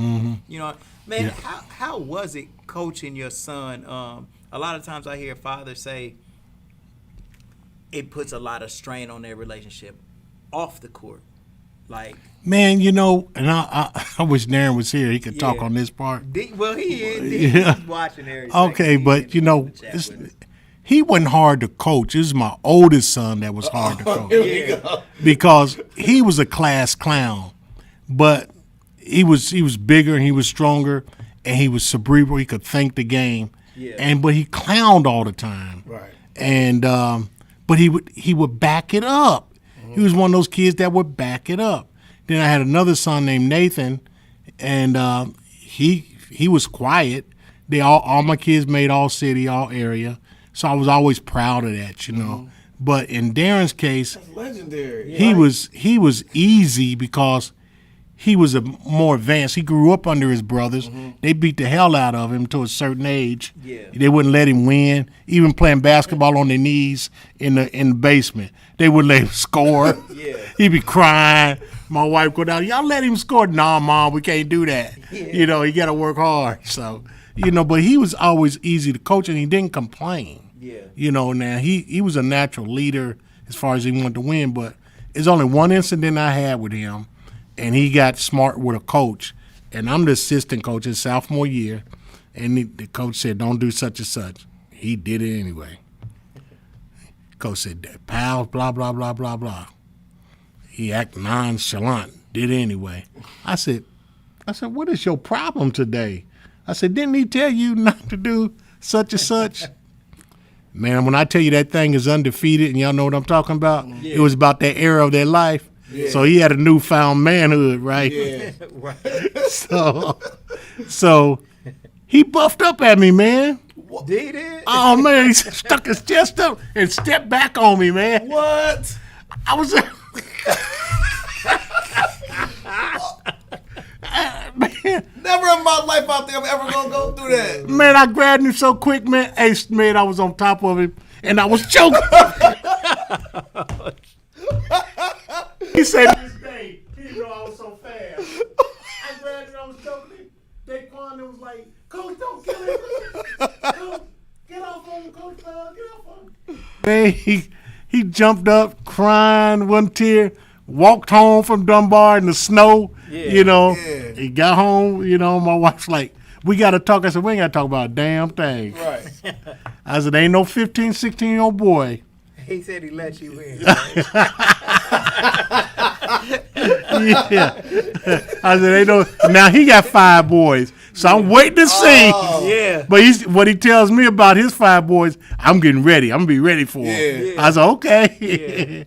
Yeah, but that was the only time, man. But I can he's tell his butterfly effect one day. Right. Him had to choke one of his. but you know, it's that thing of coaching your own child. Coach Pullen just told me, he said, let me coach Darren. He said, you let me coach Darren. You let me be the one to take him in and out. Yeah. He said, because he's a point guard. And when we're not out there, we do okay, but we don't do as well as we do without him. Yeah. So you got to allow him to, have his mistakes or two. So it's that balance, man. But I didn't appreciate it until later. I still may pop in a highlight film and watch my guys because I was too busy trying to coach, Right. And I never really got a chance. I tell people I never got a chance to see them play until later in life. Right. Yeah. But All right. So we got we still jugging. After Pooh left, that was our first championship. We got that out the way. Then what happened? Or Man, you got to back it up, man. Yeah. You got to back it up. Now you come in ranked number 1 in the state, preseason, and everybody's selling a magazine with your name on it. Expectations. And Daquan's them senior year, they put them all in the paper. Him, Norris, all top 6 of them. And somebody called me and said, man, you see that poster? What poster? Had a big poster, Dunbar's Expectation. But they lived up to it and won it. The next year, man, we start out number 1. And we big as hell, especially when we got Anthony Oden to move in. Yeah. We big as hell, and man, those guys got focused after losing 2 in a row. Wait. How do you feel after you won back-to-back? Like, we walked through the first championship. We didn't get to the second championship. The second championship, man, was like, I never smoked a cigar until then. Yeah. The first time I had a cigar, man, I'm like, we the shit. Yeah. Right. I'm living this time where I'm seeing guys that's coached 30 years, man, that's never won a state championship. Exactly. Wow. That's never won a regional. And in my 12 years at Dunbar, we went to the state 6 times. That's an every other year effort. Yeah. It didn't happen like that, but that's an average every other year. We always went to the regional final. If we didn't go third, we'll win. Yeah. Or to win. It was one of these. We were the 3 pretty girls at the dance. One of us was gonna get somebody to dance with. Coach, do you got this kind of like off a little bit, but during all of this winning that you're doing, right?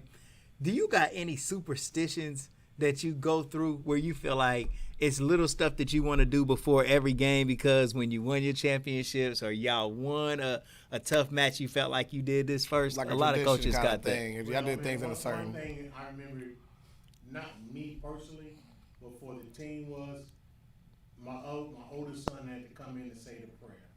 Yeah. He had just got his ministry license, and he would say the prayer. And if he wasn't there to say the prayer before the game, the kids didn't want to take the floor. And one time he was stuck in traffic. So just before the game started, the trainer, bless his heart, he was a Jewish guy. He's going to say the prayer. And he was talking stuff kids didn't know. So Al comes in, Coach Pullen, make them go back in the locker room. Now, we about ready to get it done. Go back in the locker room and get the prayer. Yeah. We got the prayer. We went out there and take care of business. Yeah. So that was it. I didn't really have a superstition because I'm a man of faith. Yeah. I believe God had put me in this position to be a great assistant coach. Yeah. And I put emphasis on assistant coach because I could have left Dunbar and became a head coach. Absolutely. But he put me in the place where he had me to be. I could have left and went to the suburbs coming out of junior high coaching. And we were beating the Chaminades and the Molars and people in football, so our reputation was pretty good. So, Yeah. But God put me where he had me to be. So my thing was, man, as long as we pray before every game, and Lord's will be done. That's how. While we're here, more about your faith. Like when I was doing like research on you was when like Corinthian Baptist Church, when all the tornadoes happened, y'all was out there helping people in the front line, like literally cooking out there while they're giving away stuff. Man. I mean, like to me, like why do you think it's important to always be a pillar in the community as well as being a coach? I grew up with pillars, man. You look at McIntosh Park, that man named Mr. McIntosh, that when I was coming up was the Martin Luther King of my community during that time. Wow. And so he was a pillar of the state. Our home, 624 Randolph, had people come through it like Ella Fitzgerald, Louis Armstrong, Duke Ellington. They came to your house? They came to our house, man. Some of those James Cleveland. I was a little boy. Yeah. Just like my brother sang from Motown, didn't bother me. I mean, what I know. Yeah. And I used to think he was lying. But till we got, till I actually seen, and you can look it up, the labels of his songs on Motown Records, Yeah. I just thought, oh, man, I didn't remember it. I'm 9, 8 years old. So, but those things, man, to see my mother have cigarettes and coffee with those type of people, man, early in the morning. Then we had a house that had an extra room. So back in those days, they couldn't stay in all the best places. So we had like a boarding room, and people would come and stay in the room. Because as the other, it was just Alfred and me and a couple of nieces and nephews there. So mom had room that she could rent a room out, So those type of people came there, man. Only thing I remember about Louis Armstrong coming through, man, was a man with big eyes. That's all I remember. He had big eyes and he ate grits. He had a lot of grits, So I didn't know a Mr. Ella Fitzgerald. I didn't know Duke Ellington. I know he played our piano. Yeah. You know, and my father was really into jazz. So, you know, just stuff like those are ordinary people to me. Right. You know, ordinary. But now I wish I took a picture. Yeah. Dating. Yeah. That's dating Yeah. stuff. Bro, yeah, that definitely goes with that. Well, Coach, let me tell you something. Even if you wish you would have took a picture, you wouldn't have taken a picture because you from Dayton. Yeah, And Yeah. Dayton is too cool. man. we too cool to take pictures with celebrities, bro. They ain't Way too nobody. cool. Yeah. So I mean, so now we're at that second championship. So you can so you get first cigar. Now the next year you got Daquan leaving. But let's walk through his whole graduation and all that type of stuff because you were still close to him. Of course. Yeah, man. It was like when Daquan decided to go to college, man, he called me about 3 o'clock in the morning. And you get a phone call at 3 o'clock in the morning. Last time I got a phone call at 3 o'clock in the morning is because Darren and Aaron had stole the car. It was at UD and got caught by the UD police. And I go down, I said, man, you got to be lying. My kids are down in the basement asleep. And he said, sir, this kid's about 6, 7, and other kids, you know. I said, man, let me go look at my basement. I go down the basement. Daquan sleep on the couch. I said, that's a perfect kid, you know. Doing what the rest He not asleep. He's like a straight angel. So you just in there. Daquan, where's the boy? I don't know, Coach Powell. I've been asleep. So here it come now. So I go down. I make them sit there 5 minutes. If you're not here by 5 o'clock, we got to take them downtown. We had a big game the next day. I wasn't gonna let them go to jail. They didn't know that. So I go in about 10 minutes to 5, right? So I'm fussing and cussing them all the way. I said, y'all can't be like Daquan. Stay home and just do the right thing. I can't trust. Yeah. You stole my car. You don't have no license. I had a big old van, man. Yeah. Passenger van, man. I used to haul them from here to Indiana, and they in the store. They done backed it out, pushed it out to the street. Started out, went up, met some girls at a game Of course. at UD Arena. They invite them to the party. The power. Yeah, you know, undefeated. So come to find out years later, I find out the truth. Daquan had a girl hiding in my kitchen in the basement. Oh, That's what G just said. He just said whole Oh, time he my had a girl in the God. house. You know, so He said that's a perfect. at least he was smart enough to keep it at the crib. he heard me coming down the steps, and in our basement, it's like similar to this setup, and the kitchen thing swing up and open. Yeah. And the little kitchenette, and he hit her back there. So wait. Based off that experience, how talented did Daquan Cook at acting? He probably missed his calling. He missed his true calling. But anyway, the 3 o'clock call that came from him, it was basically, Coach, what you doing? I said, I'm asleep, son. He said, well, I decided where I want to go to school. I said, would you talk to your parents about it? He said, no, I want to let you know. I want to go to Ohio State. Wow. So, you know, but Daquan was always so much he had so much pressure on him, man. He was so much into demand from Sports Illustrated magazines to the media to you got to get a certain score on the grade and actually Daquan and Darren and Antoine Saint all passed their SAT test on their very first try. Yeah. But I lied to them. I told them they failed because I wanted them to get a higher score. Yeah. And I kept making them go take this guy on Sundays and stuff. And they had got like a 20-21, and that was good enough for them to get into college. Darren could get into UC, and he could get into Ohio State. Saint could get in Eastern Kentucky. But I told them to tell that they failed. And I didn't tell them until they were way into college that they passed on the first try. Oh my! They were so mad at me, man. But I knew they could get a better score, in which they eventually got a better score. You are a You know, master motivator, so- man. Well, you know, it ain't a lie if you don't tell them the truth. That's how I look at it. Yeah. Wow, So, man. but he got a better score, and Daquan did better academically than when people really, and the whole crew did. Yeah. And that's the part that bothers me is that people think, you know, here's Aaron Powell, a graduate from Cleveland State, a kid that was ineligible at one time, and every time they would put something in a paper about him, all they wanted to talk about he was ineligible as a freshman, you know. And That's so unfair they used to to make the him child. so mad. But when he got his degree, man, I just cried because here's a kid that that's going to prove everybody wrong, and now he's got an excellent job and he worked with kids himself. And what I like about his work, he tell kids, I was you. You can't fool me, and he's so appreciative. And they're like a fraternity. That whole group just stays together. But I had other great teams, too. So after they won, the challenge was how were we going to win again. And that's the first time we start feeling the pressure, because we still had good athletes. So we wound up getting the class, man. I believe it was with Andre Yates. Well, class before that, Benson and Jaron and a couple other guys, man, that were really good. We won the state again, and that was the third time. So now I'm thinking about retirement now because I didn't know I could do as a high school coach.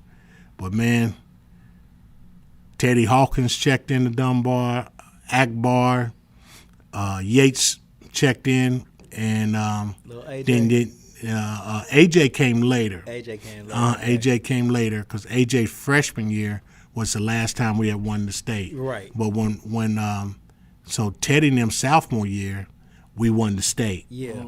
And I tell you what, that's when I realized, and I really realized it. I knew we knew what we were doing, but we could coach people. Yeah. That Coach Pullins could coach people. Say Ryan Bass. Ryan Bass. I mean, I hate to stop naming people because I forget so many, but we had a combination of kids, man, that was super, and we could win with what we got. Yeah. And that was the thing. If we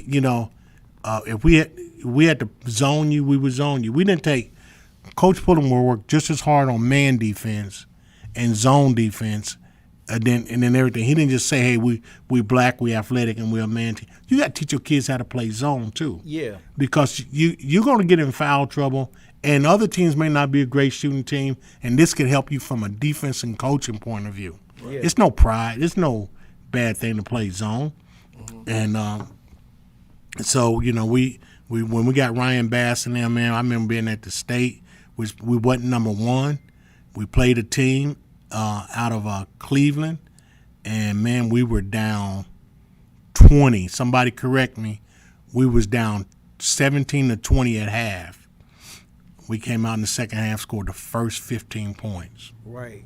Before the end of the third quarter, we was up.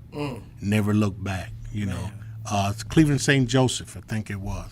So, then it was like, okay, what we got left. And, man, with Andre Yates and Akbar and Teddy, that crew right there. Yeah.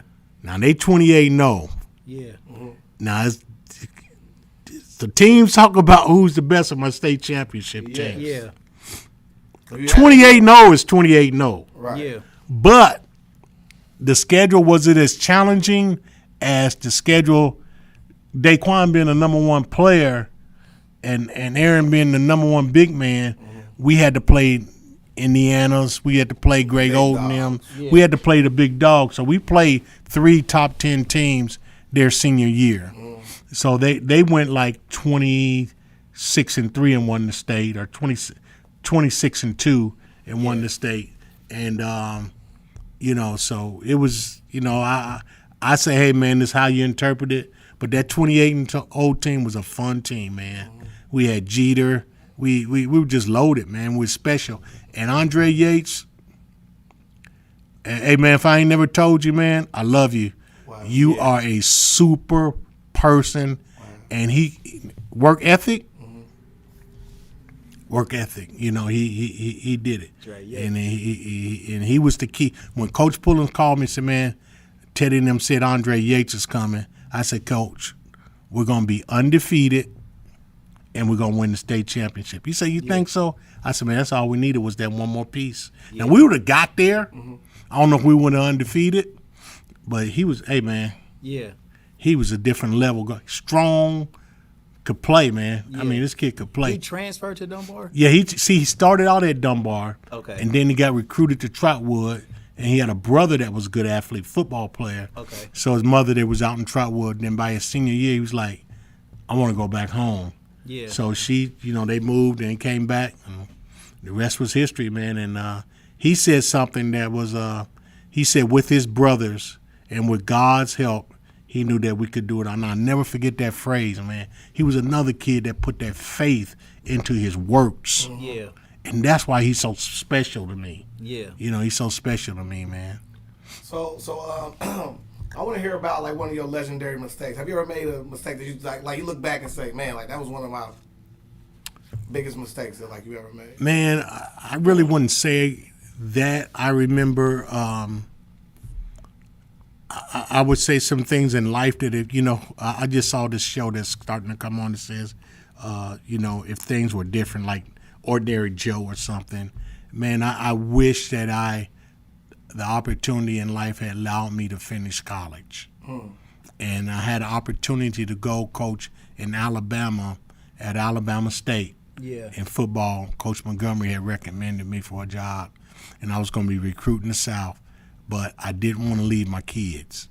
It just came. I didn't know what the future held, you know, for us, but I just didn't want to be an absentee father and be gone 6 months out of the year, you know. And but I wish I had finished my college. But God, this is how God works, man. He put me where He wanted me to be, and I'm blessed for it. You know, I've been blessed for it. 4 state championships as an assistant coach, and some people coach all their life and don't get nothing. Man. So here at Legendary People Podcast, we had a thing called the butterfly effect, where there's something you said during the course of my of the interview, something I found in my research that I found truly remarkable. So to me, just hearing a story about when you spoke about, you know, you going to Roosevelt, you seeing like the Paxtons being dropped off over there and they playing the hood, and you seeing the benefit of us mixing and playing together. You also go back to your own lifestyle. You going through the whole process of the busing, and you going through the situation of the racial tension, right? To in turn get to where we are, to where you really made your move was when you went and partners with Speece, and you got the black players to play with the other players and mixing it together. These are things that I like. It's a butterfly effect because you went through that in your own life and transformed into the way you're moving today. I mean, we could go further on of like a similarity between Norris Cole, of him having to work off of the bench in order for him to come in the game and be triumphant. He did that same thing in Miami to win a championship. Do you see that, like, the thing that you created, the life that you've made for yourself with everything you've been through up to this point, your brothers beating you up until the point where you became the man that's beating on these kids, is making, not beating on, you know what I mean, but you whipping them into form, championship, pressure break, Grooming them. diamond. Grooming. Well, you know, in was time, I ain't gonna lie, that every one of these kids I talked about wanted to quit. We ain't quitting. You are not quitting. You know, it was times they just got too much for some of these players that they just didn't know if they could do this anymore. I can remember Daquan's workouts, and we tried flying to Seattle, to Phoenix, such and such. The last stop was Miami. I could not go. I had to go to work. And I said, Daquan, I got to send you to Miami by yourself. He said, Coach Powell, I don't want to go. I done worked out all these teams. I said, Daquan, you have to go. He went down there and showed out, man. Pat Riley called me. He was like, Coach, this kid, we may take him. Well, it's a draft. They didn't have no pick till late 20s, and they traded up to get him from Philadelphia. But there was that push to say, Daquan, this could be it, that jumpstart his life, you know. So you can't let him quit, man. And parents that's listening, when I believe you got to take a break. Don't miss something. You got to go to the movies. AAU could be tough. It's all the traveling every weekend, and you got to give the kids a break. And coaches need to try to find a weekend they don't have to do nothing, you know. But you cannot give up on your dreams. It takes work. I now own a company that me and my son started, and we're doing very well now, decent, and we got government contracts and stuff. And about 4 years ago, I was like, I don't know if we made a mistake, but they pushed me to say, Dad, we can't quit. This is my oldest son. All he ever hear out of him is the word legacy. Legacy. We got to do this for our legacy. Legacy. Now, you know, we got some decent side contracts. We got the futures looking good. and keep us in prayer, and then we got some big jobs that we think we're going to land. We're one of the few minority companies that helped redo the arcade. A lot of people don't know that. We helped rebuild the arcade. Wow. So, speaking of other positive things that like you're doing in the community, you partner with a friend of our show, which is Marlon Shackelford. Yeah. My twin brother Moore. There you go. Where was he at when you first met him? Like, did you think back like your Somewhere earliest- being radical. Yeah, You okay. know, he and my brother are Street both. soldiers. Oh man, they outspoken people. If there's gonna be a march, they're gonna make signs and they're gonna be out there. And that's how Marlon and Alfred hooked up, you know. And they both have the gift of gab. They can. You wait till you get them on the show or get Alfred on the show and talk about these 17 track championships and all his players. I got and this stats stuff. right here. Well, They won 13 times state champs in a row. Yeah. So not in a row, but they won them.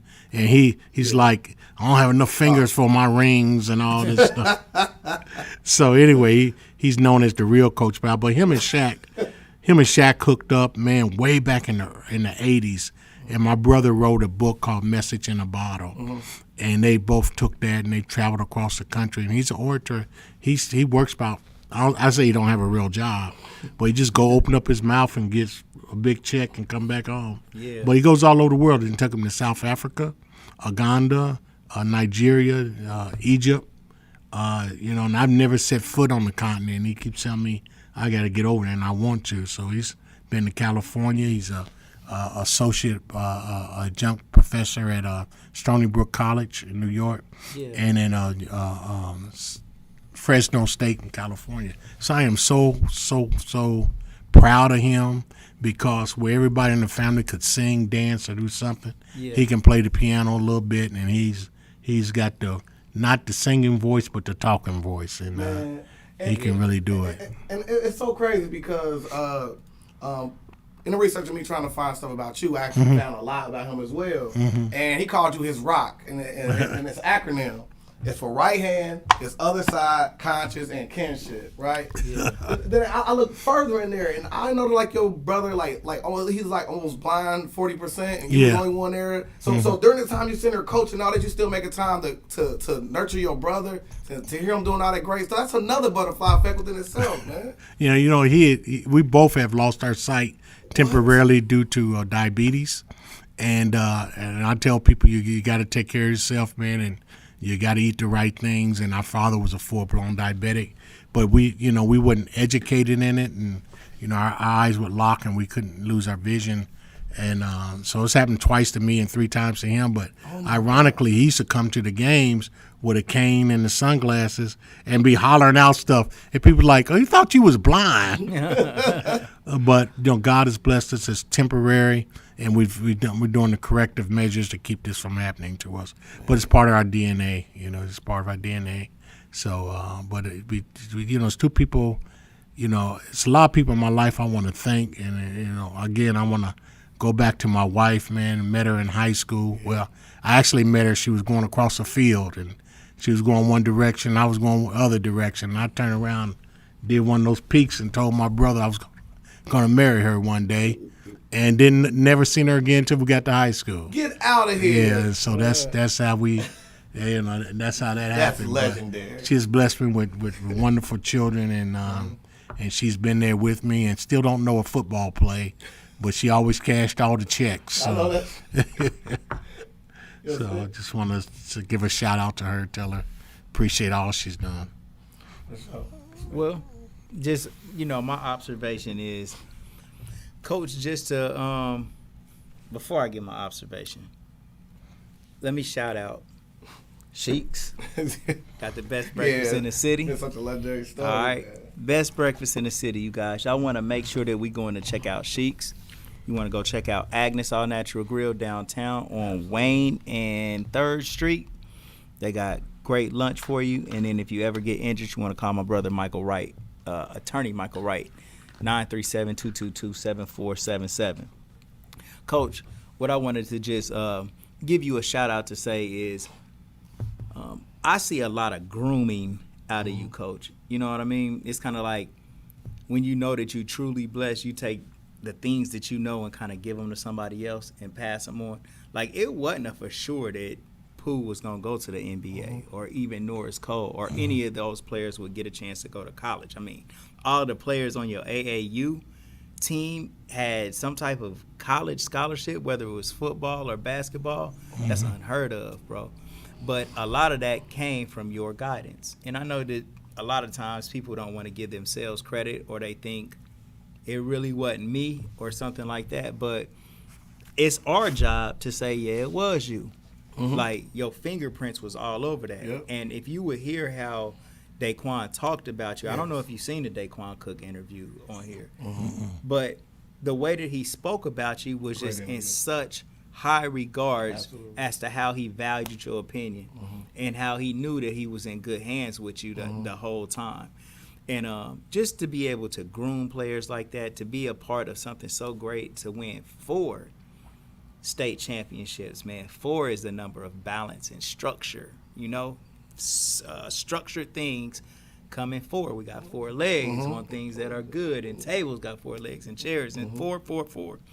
4 is what you provide, and that's structure, bro. Structure. The Airmen, the Dayton Airmen. Like, you paved the way for me. Absolutely. You paved the way for me. Like, when I first started coaching, I thought that I knew what I was doing, but I came and coached against the Airmen to your building, and we got blown out the gym. And it made me say, hold on, I need to study some more. Right. And this is real. I'm being honest with you. Like, this is really an experience. You probably don't even know I had that experience. I never told you that before, but I'm just saying, like, the way that you have situated things and structured things, and the ability to see that as an assistant coach, you would have your vibe and your rhythm there, and you could do so much more without all of the pressure. The influence and the impact that you could bring to the program would be just the same as more, as so much, in so much that Pullen said you do the final interview, because he was giving you your flowers at that time, bro. And just for you to be able to come here and chop it up with us, it just shows me that our program, this podcast, is growing. For you to be able to come here and respect us enough to tell your story is major. Shout out to D. Powell, your son, because he said, Smedro, get my pops on here. And he reached out for you, and then, you know, made that bridge for you to be able to come through here, bro. And I just really want to thank you for giving us your time, your energy, and your story. My God. Your comments on here, I'm about to read these comments, okay? But you don't get that with everybody, This bro. is the best part. People don't check in with people non-stop throughout the whole broadcast like they did with you. So, every time, we just don't know how special we are, bro, until somebody tells us. You can't see yourself until you look in the mirror.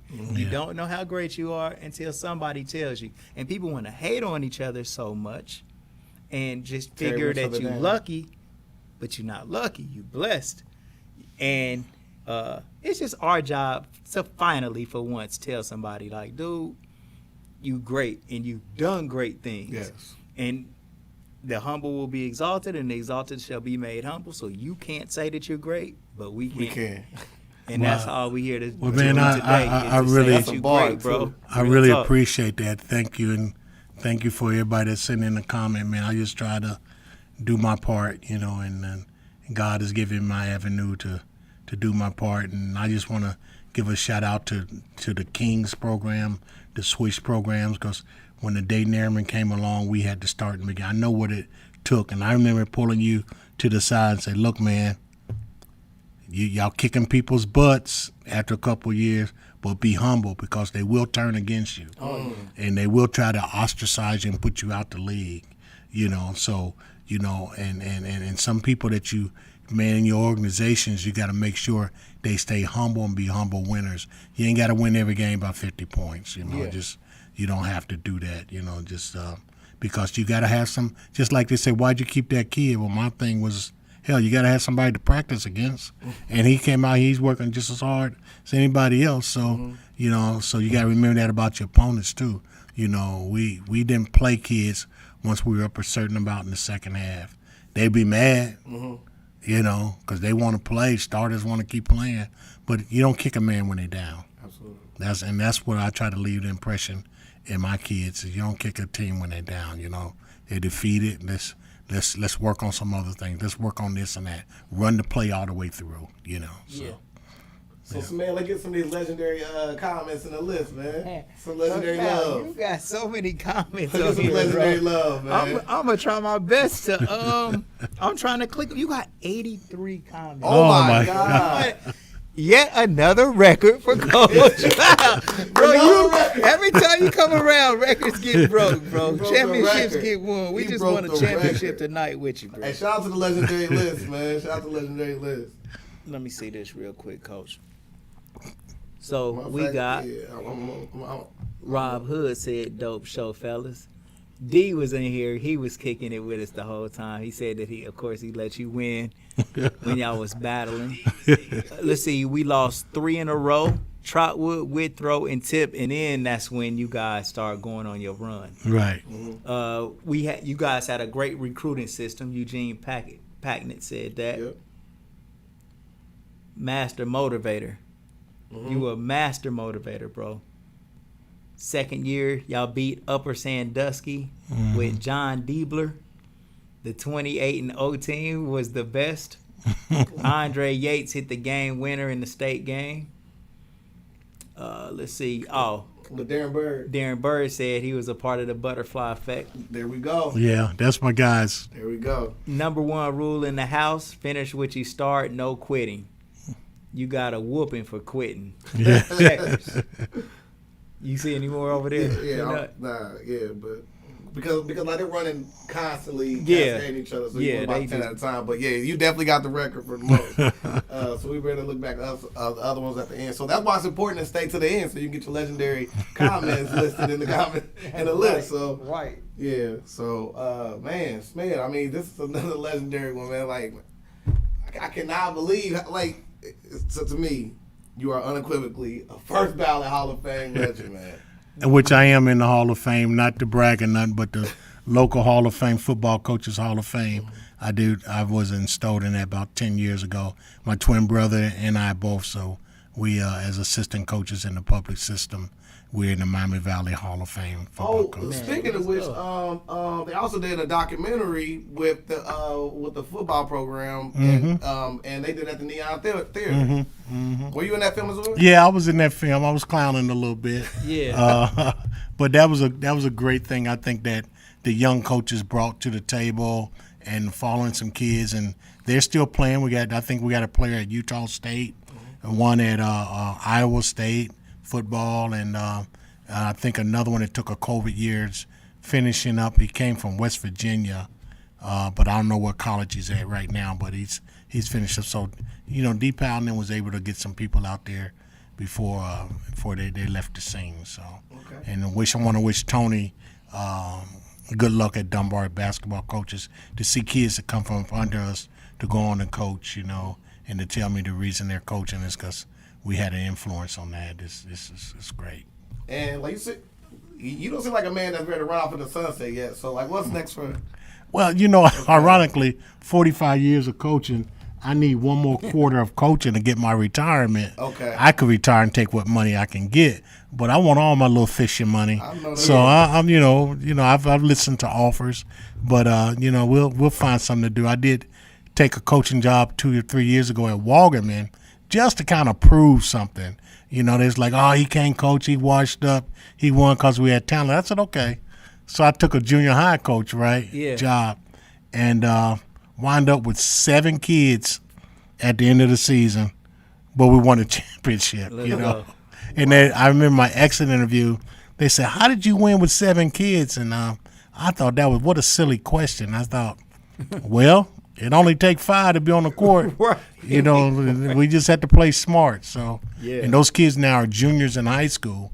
So I'm looking to follow them out, and I'll pick up a quarter somewhere. I'm quite sure I can get on somewhere. I'm pretty That's sure gonna we be can. real cool. For sure. You guys, this week coming up, tomorrow we got Skeeter Fly, and we got Peso coming Wednesday. We got Jody Coleman, and then next week we got Raise the Bar, Mo Beats' wife Don. Yep.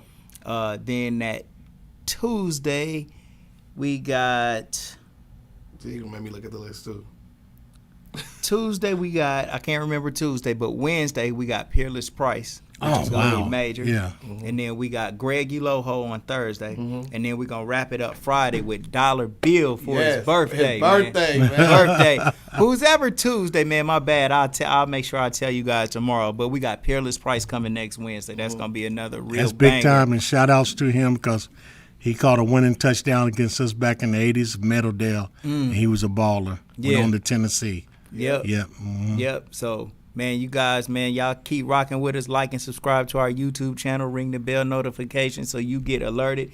Everybody that's watching this, please go follow us on our YouTube so you can watch all the legendary podcasts as well as clips that we put up. Interesting points and takes from these interviews. And Peanut, get me out of here, man. Oh, yeah. So also at 8 o'clock p.m. every Sunday, I do Sell Stocks Not Dope, where I go over a different perspective picks between stocks and crypto, where you can make some easy money in the market. It's Dad's Resource. Let's make investing easy. And then that's it. Oh, you get my book for free on Amazon. They're on either side of me. Smith always puts it somewhere. Yeah, they on both sides Yeah, of both you, sides bro. of me today. Man, shout out Nashawn Goddard, man. He just now checked in. Oh, my man. Good to you, bro. My man. At the Yes, buzzer. sir. At the buzzer, At the man. buzzer. Hey, man, shout out to the South Carolina Gamecocks, man. The dirt bags. I've been seeing your posts, bro, man. Good luck with your squad down there, bro. We got to. Nashawn, you was one of the greatest. Yes, sir. Yes, sir, man. Peace, Coach Powell. You got anything in closing? And man, just want to say I thank God and for all the athletes and all the parents who have trusted their kids in me. And I'm not done yet, no whether it's coaching or in the workforce, man. And I just want to thank God that I've been able to make a difference in anybody's life. And I appreciate it. Man, Man, peace, the man. myth, the That's legend, it right the there.